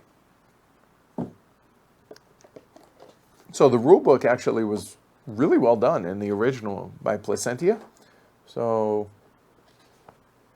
I can't imagine there were a ton of changes because I believe it was pretty close to a straight reprint, except for the artwork was done differently. So we will see, but I will go through this. And it still has the science here of Kepler 3042. All right, cool. All right, so different components. We have the planets and everything. All that looks very, very similar. The player boards look very similar. And they appear to be double-sided, so they have a dude on one side and a lady on the other. Yep, so I don't think there's any difference between them other than that. You have the score pad, which is the same from the original. It looks like these boards are the same as well. So, okay, cool. Player aids, which look very similar. The cards do as well. Yeah, in fact, that looks like a straight reprint so far. And now let's see what the artwork on the board itself looks like.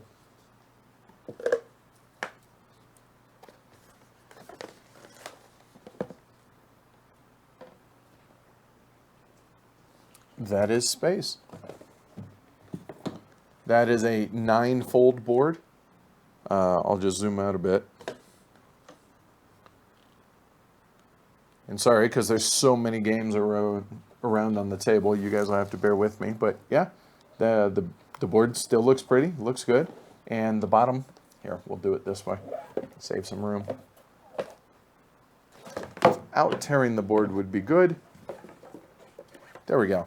And the middle part, yeah, it looks like pretty much a straight reprint. So cool. I'm already familiar with the game. So yeah, look for that one coming soon. Cool too. All right. Have you guys, are you familiar with Kepler? Any of y'all watching? All right, folded up nicely. Put everything back in here. Because like I said, we did a playthrough of it. It had to have been February, March timeframe, I think.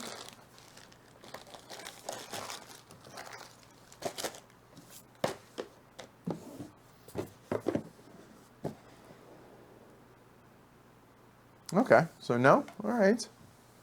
So there you go. Kepler, 3042. So thanks to Renegade for that. All right.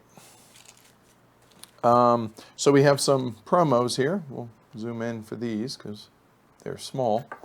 So the time-traveling police box for Snowdonia. Apparently these are pretty limited, so thanks, Tony, for that, for Snowdonia promo. They're, that and the Coco Loco. Little chocolate candy cookie train. All right, see what else is in this. Our rating for Kepler, I can't remember, to be honest with you. Probably a 4, I would say. So there's a broomstick promo, rolling chair promo, top hat, a dragon. I'm not even going to try and pronounce that.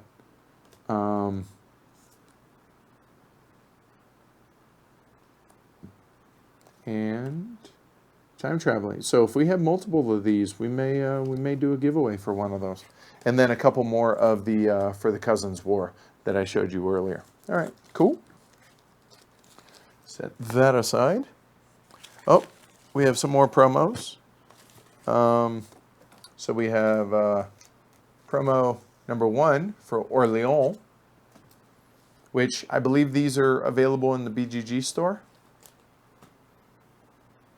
Yeah, the Snowdonia promos will never end, I don't think. So, cool. Oh, nice to hear, Vincent. All right. So, yeah, so another Orleans promo.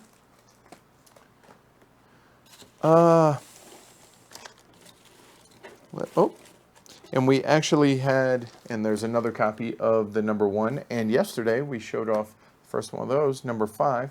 One of the auction winners wanted number 5, so we got him a copy of that, as well as for us.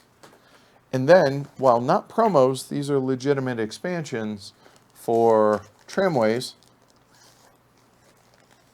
So we have the Grand Station and Tramways of Small City. So, cool. Thanks, Alvin. All right, cool. All right, so now we have next, we have 2 copies. One for us, one for one of our auction winners. And thanks to Paul Grogan over at CGE for hooking this up. Somebody had mentioned this earlier, I believe. It might have been in Slack, actually, but Pulsar, 2849. Vladimir Suchi, so he designed Last Will, but more importantly, he designed Shipyard, which we are really, really big fans of. And so Paul Grogan spoke very, very well about this game, so I was like, okay, I'm in. We'll check it out. So 2 to 4 players, plays in basically an hour to 2 hours. It says 60 to 100 minutes, so thereabouts. We'll check it out. So we'll move this out of the way. Let me get some water here real quick. Whoop.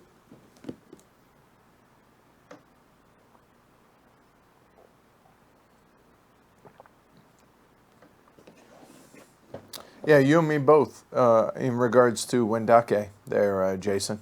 I'm looking forward to trying that.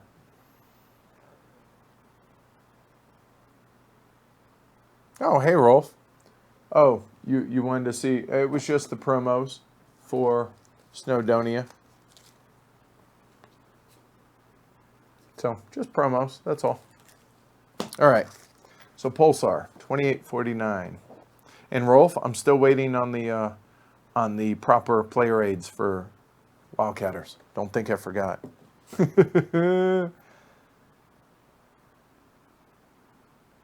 Okay, cool. That sounds good. Oh, look at that. Oh, look at that mess. Whoo. Round overview here. Oh my God, look at this. This is horrible. Oh, I'm so glad I don't have to mess with that. Oh, these are cool little markers, little translucent little discs. Cool. Yeah, I'm not even going to try and dig into that. Okay, so those are some of the pieces for Pulsar. And by some, I mean all of them. Whew. Amanda, Matt, you have your work cut out for you.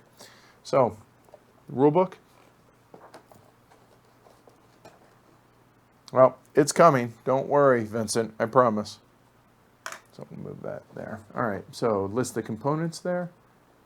Double-sided board, which is buried underneath there.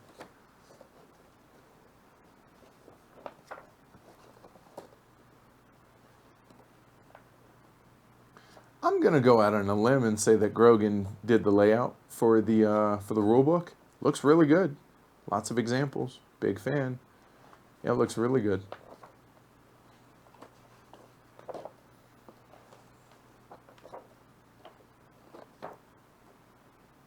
Let's see, rulebook. No, he did not. Jason Holt did this. That surprises me. Looks really good though. Cool. All right. All right. Oh, and different technologies here. Technology A, oops, B, C, and D. All right, cool. Pulsar, 28.49.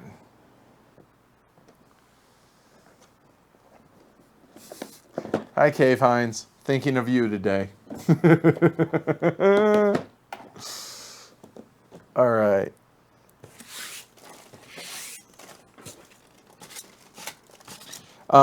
Okay, so this next one is also from Christoph Matsutik. He foisted this upon us and said here, said the not a lot of buzz around this game, but he's pretty happy with it. Black and White. It's a 2-player war game, plays in about an hour. I literally know nothing about this. Nothing other than exactly what it is that he told me. So we'll check here. So it looks like a little 2-player block war game, I think. Yeah, 48 wooden blocks, some terrain time. Let's bust it out and check it out, shall we? All right.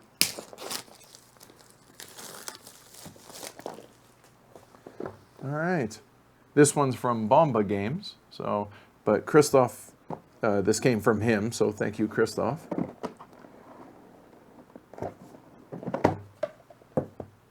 So we'll start with the rule book here. That's okay. So it looks like the left side of the pages are all in Polish. The right side is in English. Yep.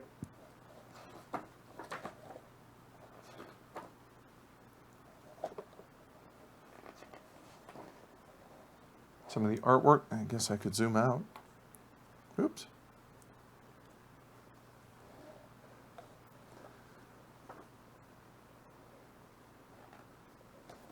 Yeah, I literally know nothing about this. The artwork looks good. Yeah, it looks really good. At least in a rule book. I don't know if what all there is in this other than the blocks. So we'll check it out here in a minute. Okay, cool. So we got the board, which is going to be pretty basic. Oh, well, hello there. Yep, just white side, black side there. So pretty basic there, okay.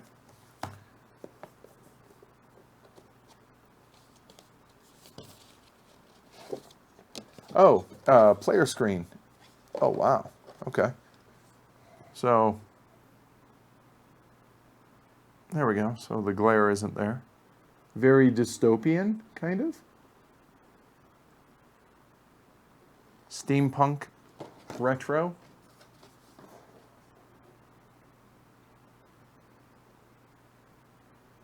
Huh. All right. Stickers for the blocks. White and black side, which kind of goes hand in hand with the white and black theme. So the punch boards for terrain and different impediments, it looks like. The turrets, and you got some oil pits, looks like bunkers, and then the white and black discs. And all right, let's go ahead, because the artwork I'm really curious about now. I don't know about y'all. So has anybody heard of this?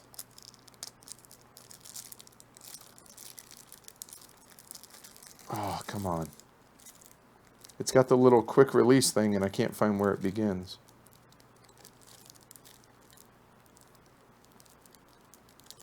There we go. Found it.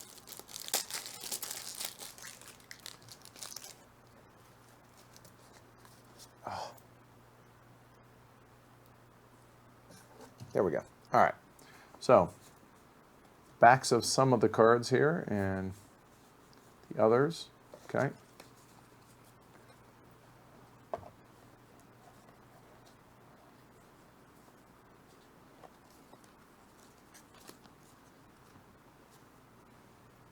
Zoom in on this. Yeah, I know nothing, but man, this artwork looks really good. Very steampunky, which Amanda is going to be a big fan of.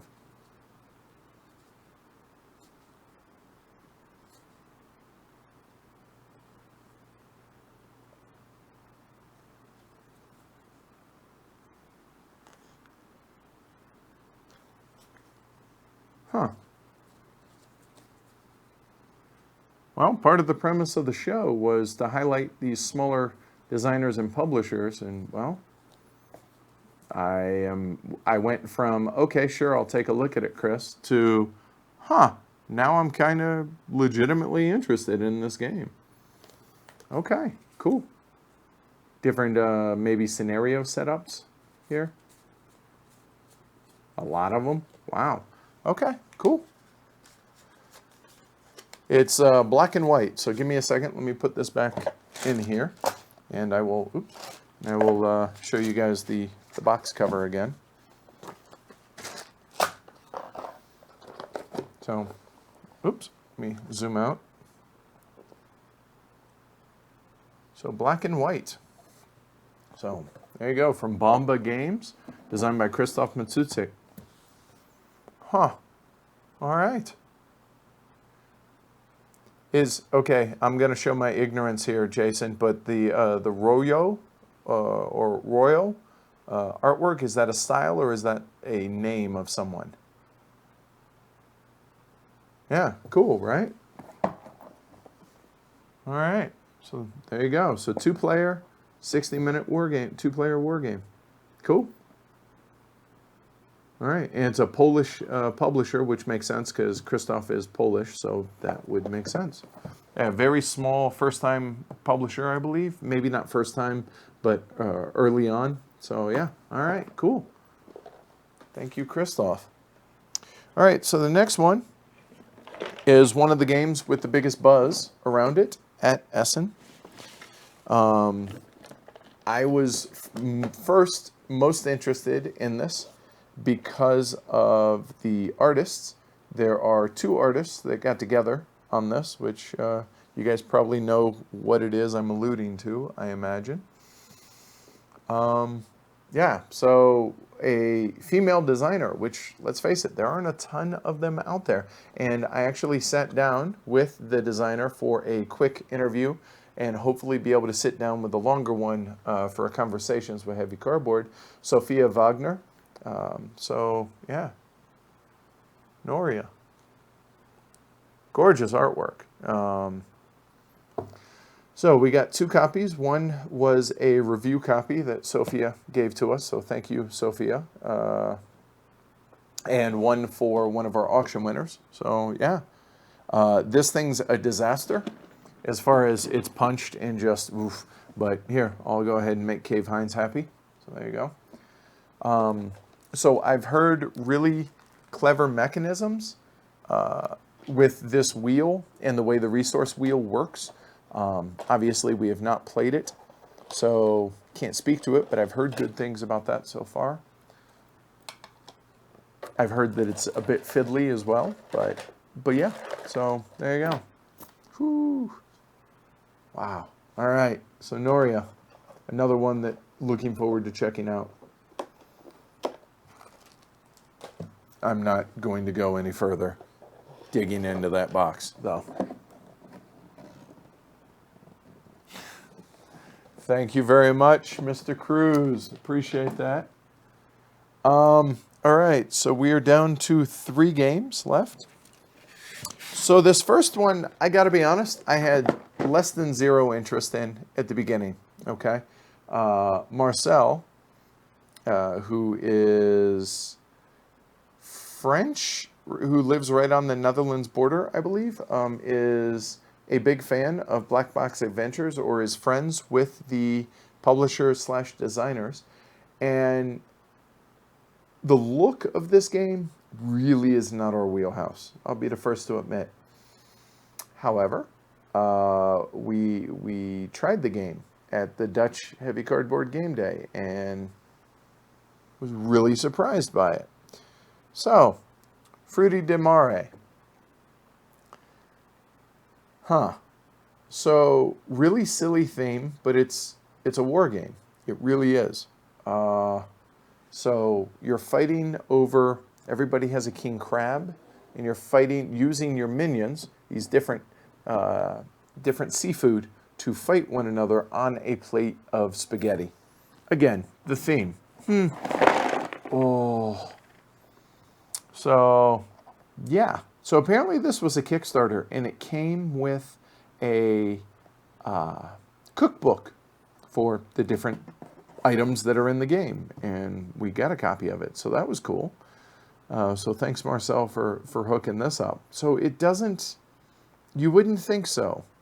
It has a little bit of output randomness here with the dice, but it really is a war game on a really silly theme. So it has standees for different. You have fugi, you have clams. I'm sorry, mussels. You have clams. You have shrimp. You have the king crab, and all this stuff. You have squid, octopus, I think. But it's actually a better game than you would think, fitting with a heavy cardboard thing, or just wheelhouse. But yeah, it actually wasn't a bad game. It was actually pretty cool. It does have a little bit of player elimination potentially if you overextend yourself, but again, it's a war game. That. So yeah, but yeah, we'll definitely be touching base on this one. Don't judge a book by its cover. So that's actually a perfect example of that. You guys talking about the Noria rulebook, less than ideal. Okay, good to know. All right, as I said, 2 games left. Oh my God, the heaviest game that isn't Agra, which we went through yesterday, or Antiquity, is Portal of Mor. So again, a game that you wouldn't think necessarily is in our wheelhouse by ABBA Games. So they thought that it would fit with us. I told them I would let the game decide whether or not. It's a tower defense game with dice drafting. So dice drafting, okay, willing to give it a try. 40 minutes a player, plays 1 to 4 players. So we'll see. Yeah, I don't know a ton about it other than what I just mentioned to y'all. So the different boards.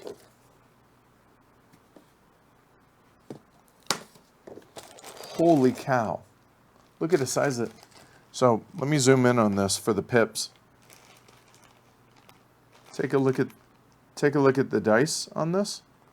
So, wow, those are small dice and those are small numbers, but easily, like, I'm 2 feet away and can easily read them. So there's that. But yeah, all right. So we'll see. We'll see how it goes. It has this little tray that I assume fits in the center of the boards. Okay. It has spots on the player boards for the dice to... I zoomed out a little far, didn't we? So little places for your dice to sit. Okay, we'll check it out. I told the guys at ABBA that I'm not sure if this really fits with us, but they said, yeah, if it doesn't, it doesn't, but give it a look and let us know. And okay, so we will do so. There is a ton of stuff in this box. So, yeah, I'll show you guys some of this here without digging in. So there's a bunch of chits in there, different player boards. We got cards, more boards down there. I don't know. I'm a little bit more intrigued about this than I originally was. Cool. Now, how do I fit everything back in with that? We're just going to do this. I'm going to set that there, set these on top, and just very loosely put the lid back on. All right. Oh, there we go. All right, so now we have one left, and we still have one more box to go through whenever it arrives later this week or next week. Okay, so this next one, again, strange theme, but I've been waiting for this game for over a year. So, publisher is Game Brewer. Last year when I was at Spiel, they had a small little booth that had 2 tables. This year, they had about 12 to 14 tables and a massive booth in Hall 7.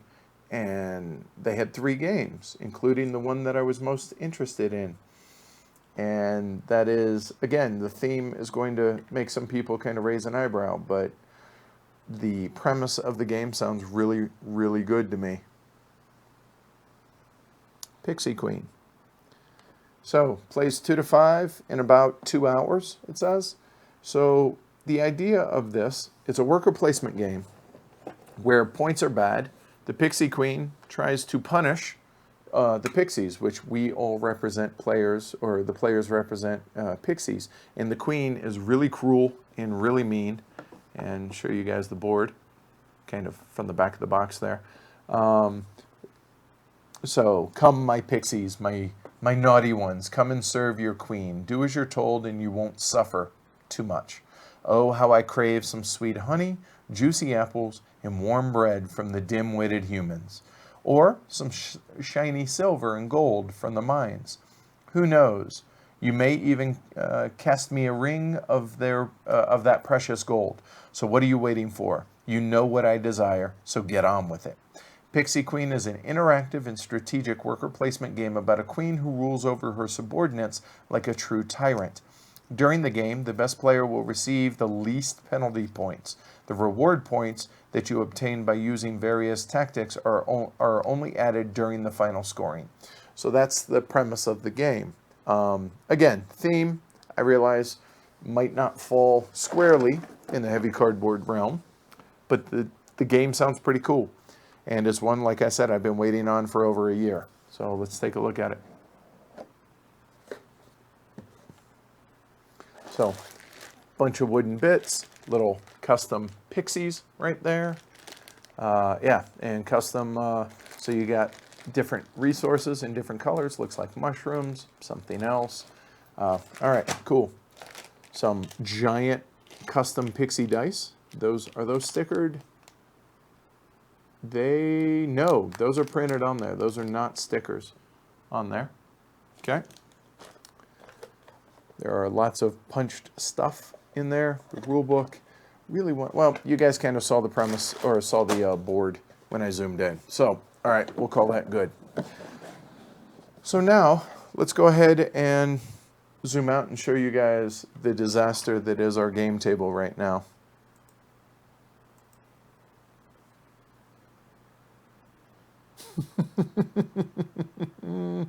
There you go.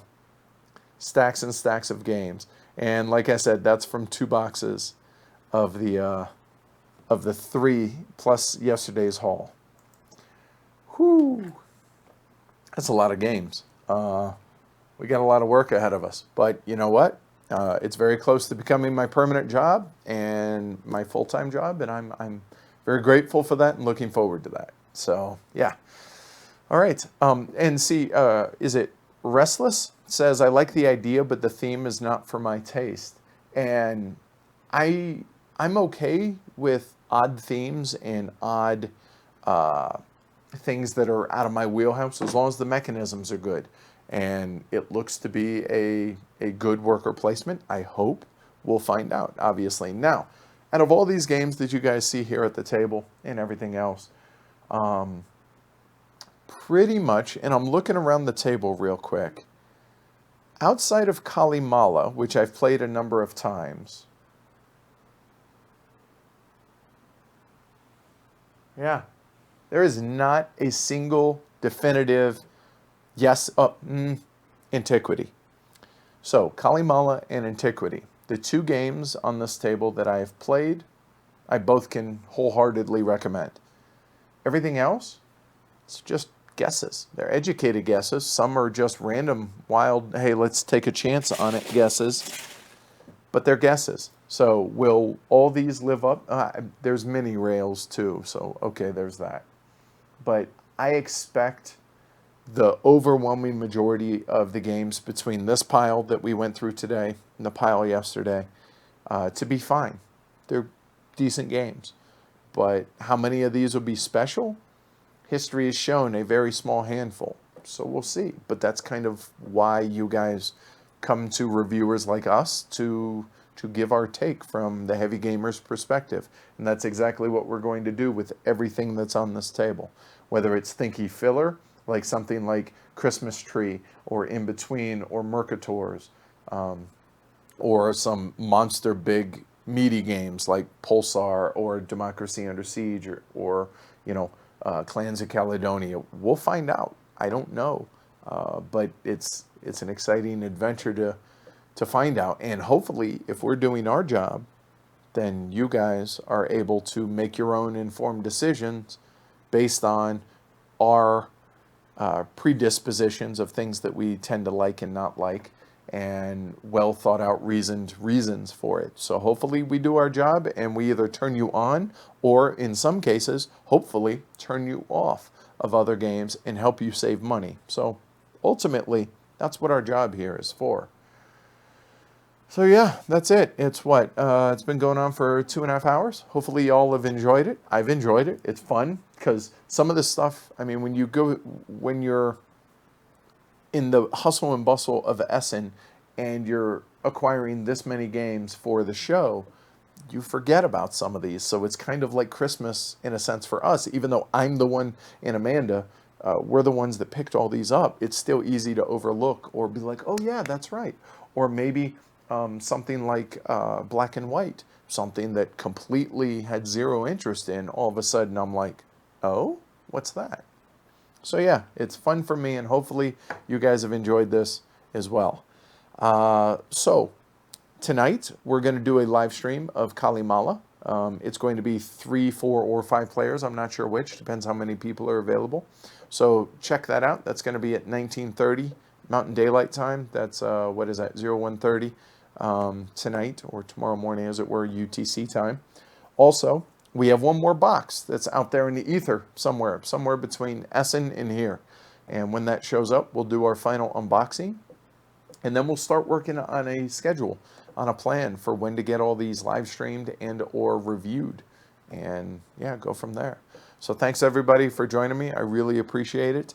And also, you guys can see on the scroll down below, we have 2 days left of our Patreon drive. That doesn't mean the Patreon's going to go away. That just means some of the perks and some of the benefits go away in the next 2 days. So if you enjoyed this, you enjoyed our daily diaries, you enjoy our reviews, etc., consider supporting the show, please.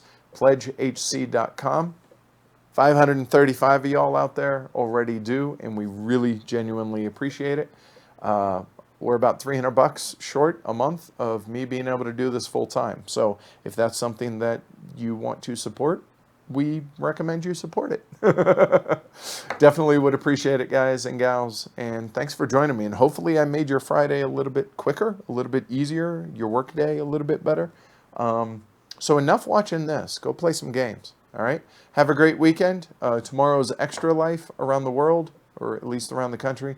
We'll be at Extra Life tomorrow here, just north of